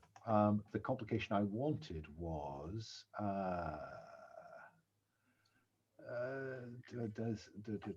did anyone else feel that there's a very potent supernatural foe on site and the hair on the back of your neck just told you so? Mm. I'm going to declare Dr. Brown to be an occultist. An occultist. Yeah, Right. which puts her on a level with you, which means that basically there's a good chance she'll cancel your expertise. Okay. But I'll give you expertise in the first instance.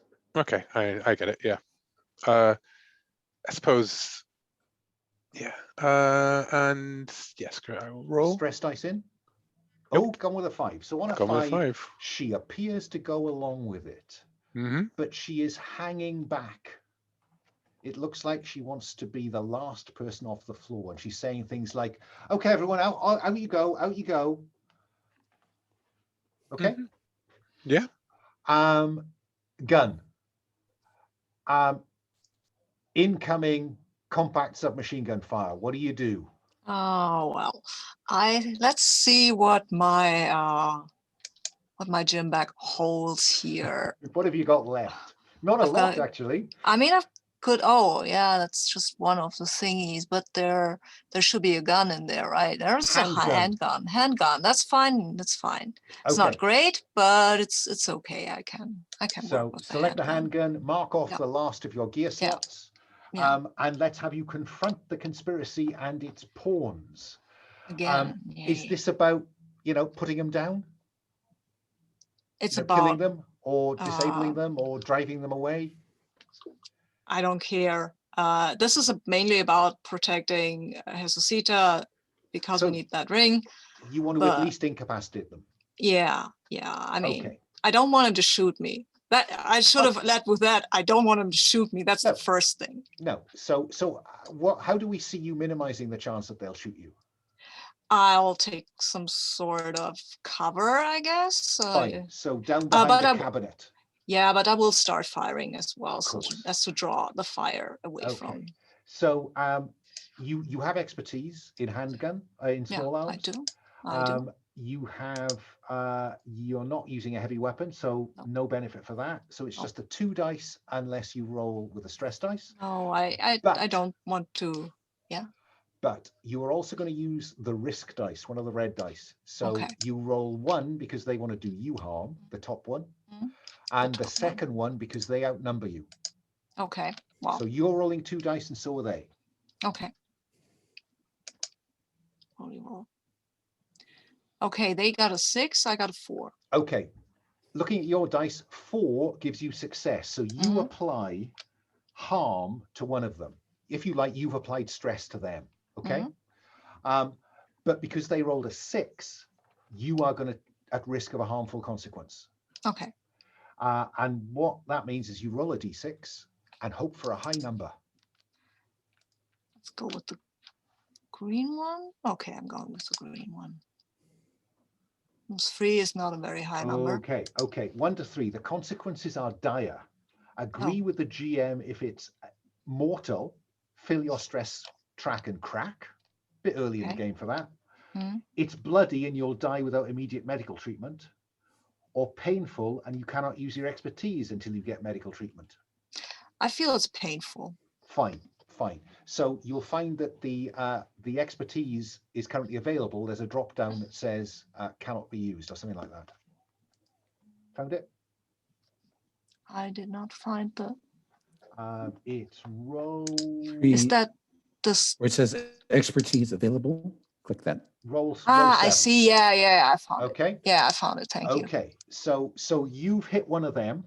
Mhm. There are 2 of them heading in your direction. Okay. Mhm.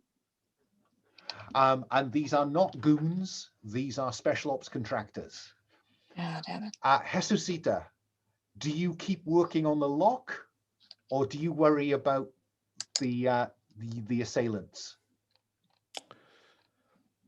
I'm going to try for the score.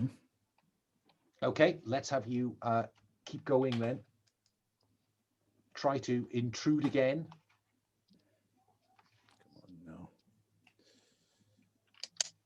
Oh, that works. That works. it's a 5. You are in. Despite Gun, I guess, drawing fire slightly further away. But I think, Gun, you will see a third special ops contractor heading round the edge of the room towards where the ring is kept. You have ring in hand, Jesucita. Now, yeah, well, given given the if things had gone a little quieter, I might have tried to replace the ring with a fake. I mean, you can given still the- try to do that. You would just need to have called on a contact to have it in hand.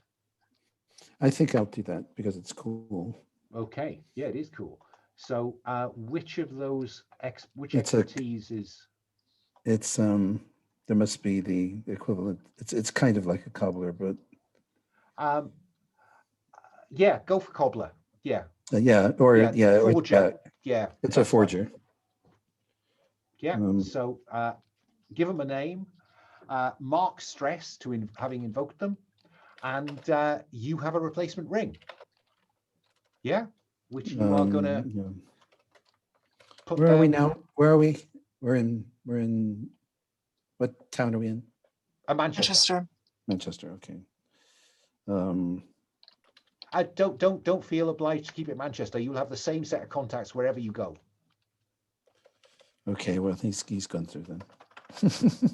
Okay, so Jesucita is not going to engage the oncoming special ops. She's switching the ring. Andy, you have cleared, the old people out. What do you want to do next?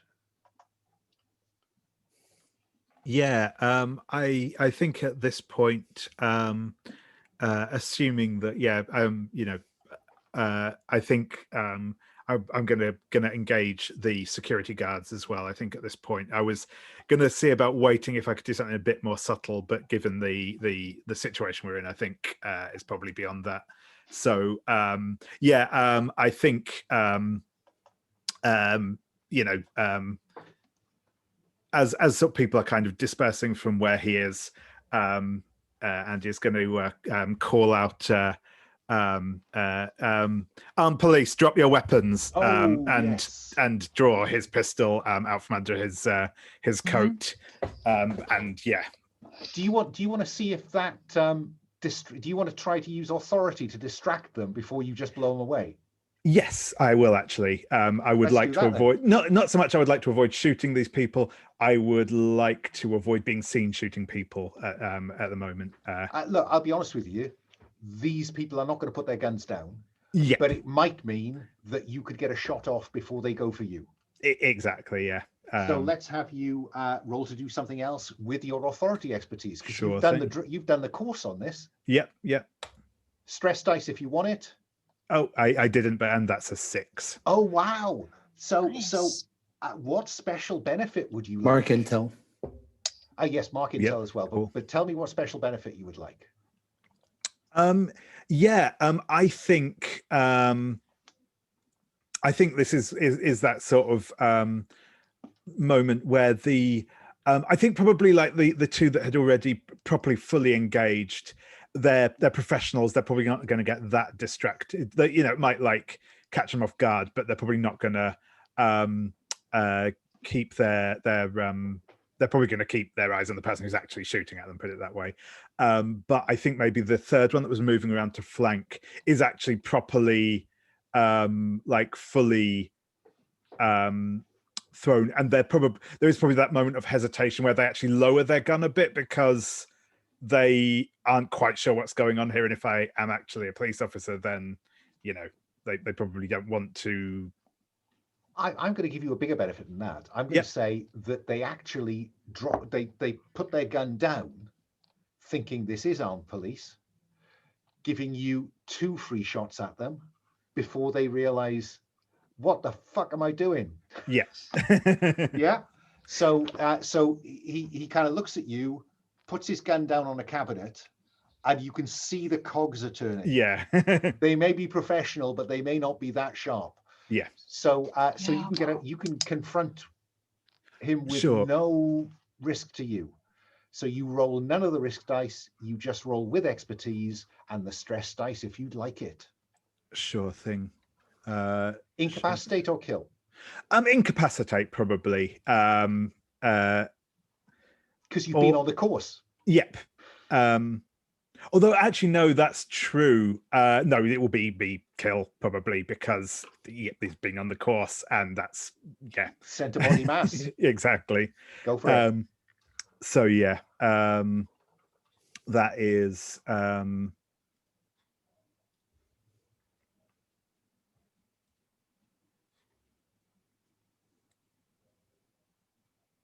wow! Look at that. Actually, did the center one roll? I think it did. Yes, it but did. Yeah, It did. Cool. Yes, it Yeah, did. cool. So the special success for that is you're going to inflict 2 stress on him.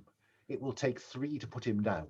Sure thing. But it's sure going to thing. take now. It's going to take him another action to get to start defending himself. So you're still home free. Sure. Cool. Jesucita, I need to tell you. You know that hairs on the back of the neck feeling you got Yes. when you came to look at this. I've invoked my 4th complication. It's called, is there a shot for this? There's evidence of something infectious on site. What's infectious on site is fear. You are subject to fear. So while you are subject to fear, until you can get your mojo back together, you are going to be without your expertise. Okay. So mark your expertise is unavailable. Mark, upstairs, Dr. Brown is Usher's dawn out. Mhm. and then closes the door behind her and turns to face you. What do you do? I mean, as she turns around, that's when the garrote comes around her neck. And I'd Okay. like to, so she's a spook, right? Is that correct? Well, she's an occultist, so she will have a power. And I Okay. think I think about the power I was going to give her. I was Blast going to of give her a nature, blast of nature. Yes, yeah. But she qualifies as a spook for the purpose of, Yes. so I would like to spend a point of intel to say that the vulnerability is, Let me just explain. You okay. can't get a vulnerability until you've got a deterrent. You can't get a I deterrent see. until you've got a compulsion. Okay. Okay, So you cool. can declare, you can work your way up. Okay. So you could spend intel to declare a compulsion, which might be enough to distract her if it went the right way. I don't know. Yeah, okay. I think the compulsion is that she has to Would you like me to explain destroy the works of the new gods?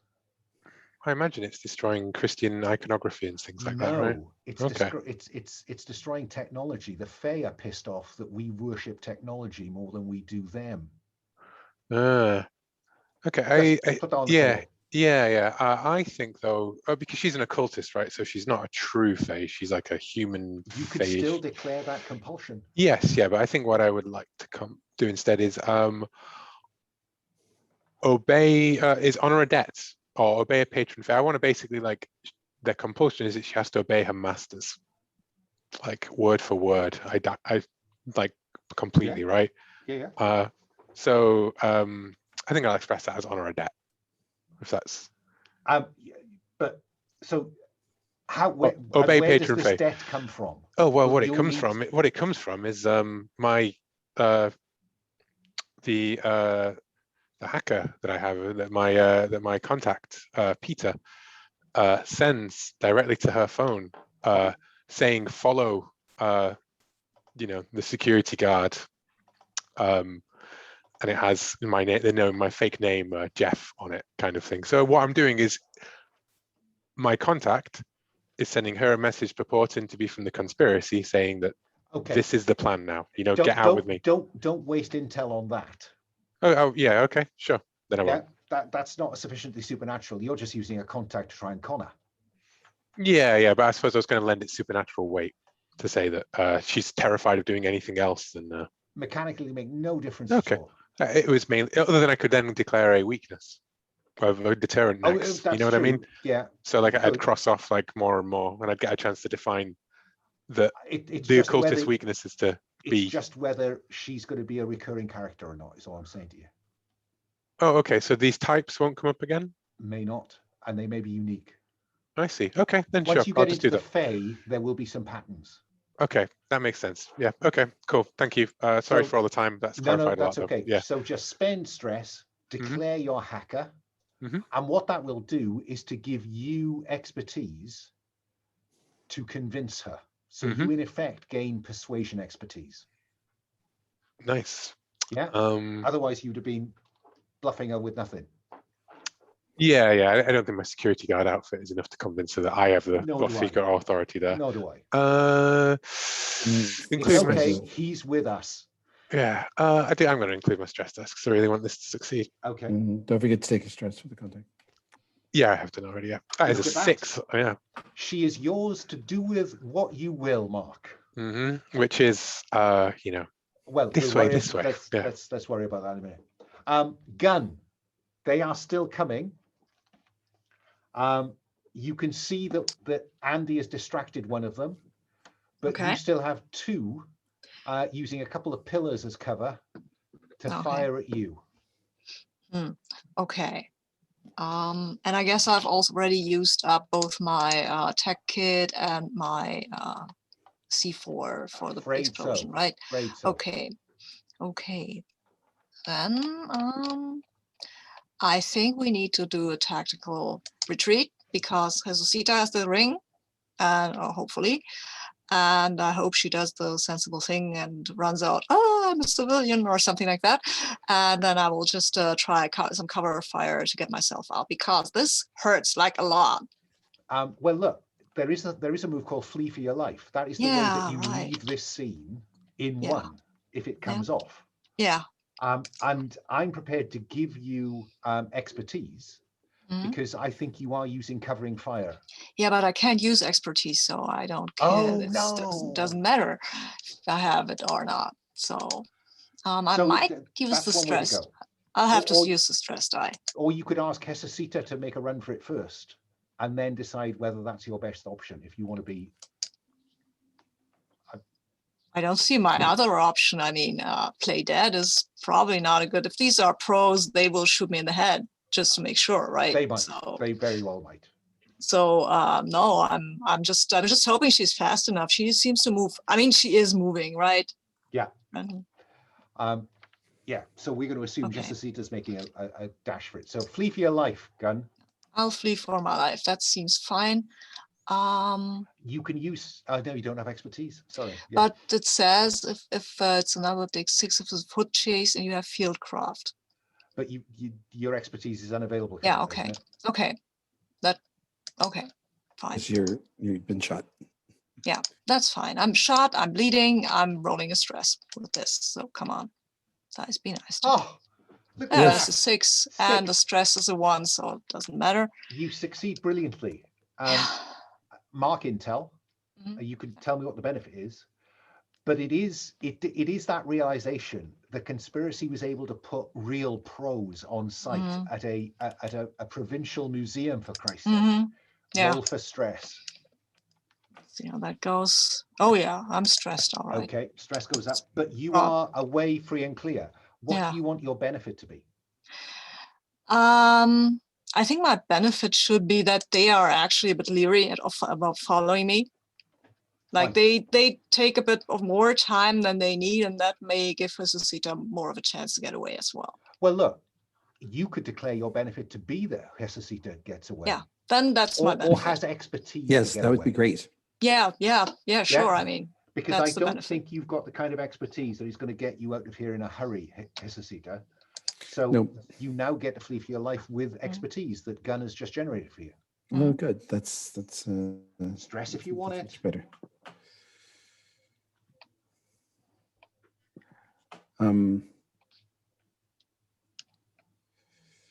Yeah.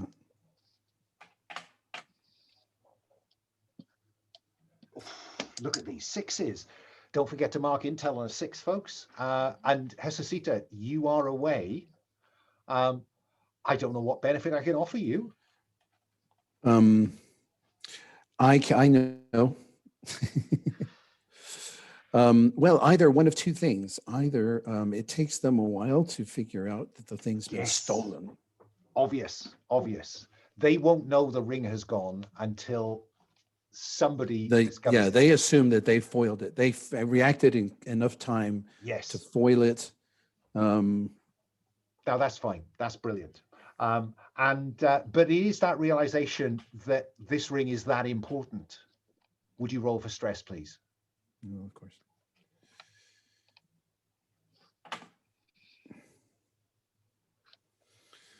I think that's that gives probably me up, isn't it? stress. Yeah, it does. I think it does. Yes, it does. Andy, this guy, you've kind of shot him, and he's reaching for his gun. Do you shoot him or do you flee for your life? I think I'm just going to take the opportunity to flee for my life. Yeah. Fine. It's I'm not even going to make you roll for that. He's the only threat with eyes on you, and he's busy scrabbling for his gun. So, no, roll, because you might get a 6. yeah, sure. I will. I'll roll to see how it goes. But I'm not going to let you get caught, I think. Sure. Cool. I am going to add stress dice to this Okay. because it's not particularly in my area of expertise. So, 4. Ooh, You get away it's a 4. clean. Yeah. And where, Mark, do we find them meeting you and Dr. Brown? in the getaway van, where, if possible, I'd like Dr. Brown to have, syringe in the neck, kind of sprawled out on the back. Let's assume that Dr. Brown is a prisoner, Uh-huh. and that you are in possession of the ring. I think that you are all off-site. They are sweeping up, and you're probably driving away sedately as Blues and Twos are, streaming out of Manchester Centre, Mhm. with a black van with the, weapons team. It's an EE closing van. We're driving an EE van, of course. Fine. And so I think our operation is completed. Let's move on to debrief. I get to ask you two questions, right? Did the team achieve a stated objective of the operation? You have the ring, yeah? So that's one yes. Did the team neutralize a significant member of the conspiracy or a spook? I think you did. I think having captured Dr. Brown, that counts. So that's two yeses. I will reduce heat by 1 for each of those yeses, meaning that you're doing pretty well, guys. The end of Operation 1. Stress is looking a bit iffy. And the other thing is that you achieve your objective, and then every one of you reduces stress by 1. Yeah. And we're into downtime. So clear any specialism that you marked. And is there anyone who wants to, I tell you, we'll do this at the start of next time, I think, give you a chance to think about whether you want to spend any intel that you might have earned to reduce stress or seek relief from the horror during the downtime. Is that okay? And then we'll do the downtime, and then you can tell me what lead you want to get from Dr. Brown. Could it be that Dr. Brown is the apparatchik? Because we never defined them. Think about that for next time, okay? I'll put some questions in Operation 2 of the questions I think as loose ends you might want to be answering, and then we'll talk about it. Sorry, Gun. Sabine. We should maybe define who among our group we like best or least, because that comes up in the seek relief from the horror tab. It does. So I mean, we don't have to do that now. We can do that next time. No, I think between the sessions. We've got 5 minutes. It's just if we get into seek relief, that could go on. Yeah. So no, sure. That's a good idea. So let me start over there with Mark. Which member of the team do you care most about? You don't have to tell me why. That will come out of play. Andy. He's a decent bloke, Andy, isn't he? Yeah, bit naive, but a decent bloke. You told me not to define it, so. The audience needs to go away with some idea of why you like him. What about Hesosita? I noticed you put Andy in there. Are you no? Yes, Andy? But I changed my mind. No, it's going to be Gun. Yeah. He's a big thick lug in some ways, but she finds that charming, and he pulled her acorns out of the fire. No, and that makes a big difference. So all round nice guy, Andy. What about Andy? What about Gun? I guess since now I've worked closely with Hesosita, it might be that I actually like her the most, because she's cool under fire, right? And I mean, I like the other guys. Oh yeah, this is most and least. Yeah, this is most. You trust and like everybody, just not as much as some. Oh, that's fine. And then finally, Andy, what about you? Who do you warm to at this point? Yeah, it's a tough call, but I think it's probably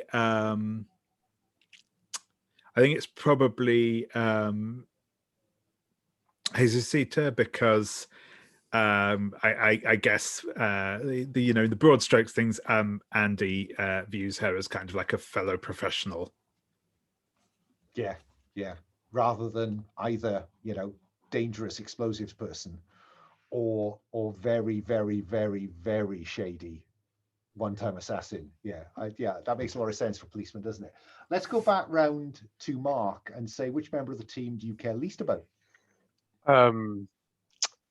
Hesosita. Okay. She hasn't got her hands dirty. Ah, yeah. Floated in a tight dress with a small person. We're all professionals here. What about Jesucita?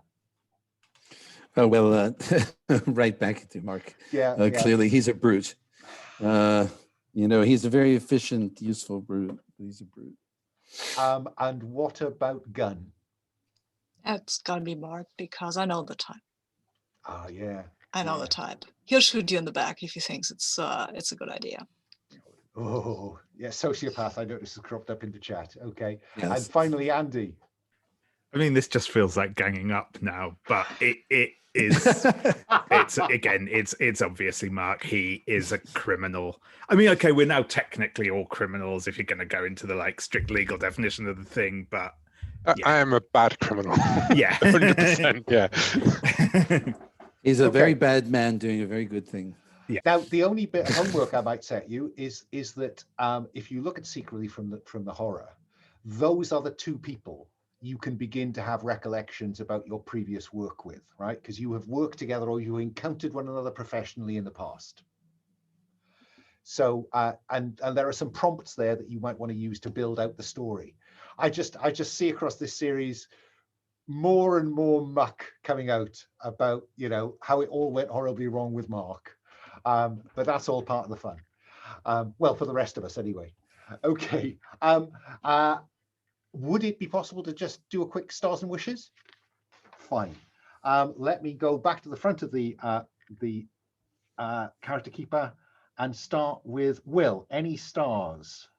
I think stars to everyone for hitting the ground rolling with this. I've played the variation, the vampires one before. I think that's easy to get a handle on because there's Night's Black Agent existing, right? But I think, we all went through it really well. And I like stars to all the characters. I feel that they're distinct, and I am the outlier, but that's kind of what I wanted. Everybody else has got some good things to them. But yeah, I think we gel together and fulfill different roles quite nicely. Yeah, no, that went very smoothly for a first session. It sometimes takes people a bit longer to get into the groove, but you dropped into it quite quickly, all of you. Okay, moving along. Brandon. My other star is Andy got the civilians out. 100%. Yes. I was so happy. I'm always happy when someone does the let's think about the civvies moment. Yeah. No, that's very true. That is a star worth highlighting.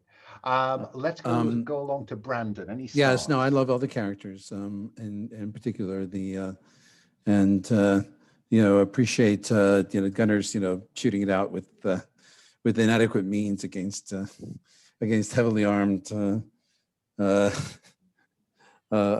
special forces thugs there, and a bonus to you for having the artifact be so nasty. It's like, yeah. Is this something you actually want to carry about with you? No. But it is terribly precious. Moving along to Sabine. Any stars? My precious. Yeah, stars for the my precious jokes.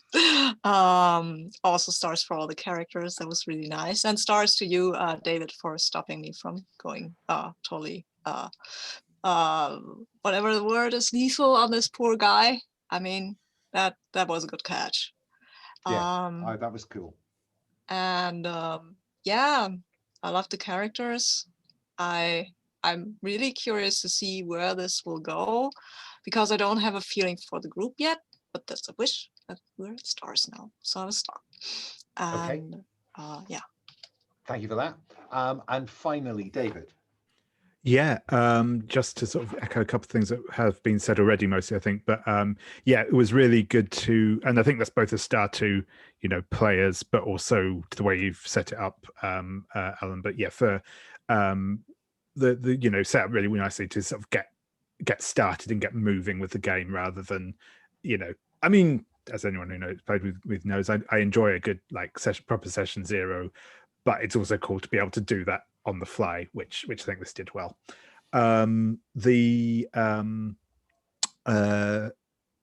something else I was thinking of. Yeah, again, characters, really nice intros to all the characters, and yeah, just you know, the little bits of personality we've seen just through how they handle things differently is really cool. And yeah, just to return that star to Sabine for taking the thing on that. And yeah, it's always difficult to gauge these things when you're going into kind of the more horror-y, dodgy aspect things. But thank you for taking that with grace and everything. So yeah, thank you very much. I thought that was a perfect gauntlet moment, actually.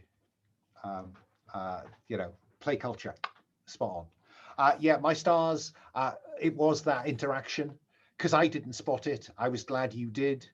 I put those old people on site and then left them out in the cold. So thank you for bringing them in. And I thought it was good that you followed through in terms of the RP, in terms of Andy then shepherded them without worrying about the security, get the people off site first. Spot on. And yeah, Mark's not a nice man. You know, whatever we discover, it's not going to be great about Mark unless there's some soft lining. Sabine, gun, you know, we waited for an explosion and we got one, and a good thumping at the same time. I mean, you can't beat that. Jesucita keeping cool, you know, when this was all taking a bit longer than anticipated, wasn't quite straight in and straight out. All of that was great. Thank you. Let's go back round for wishes. Will, any particular wishes for next time? I guess I want to see more of the other moves and stuff, you know, and I want to you know, stumble across the Fae, I guess, you know, get into those bits where we maybe have recurring supernatural creatures, and that intel can be spent in that way and accumulate that sort of threat boardy type stuff. Yeah, absolutely. And you know, you can do that now you've stocked up a bit of intel. You have a chance against a spook.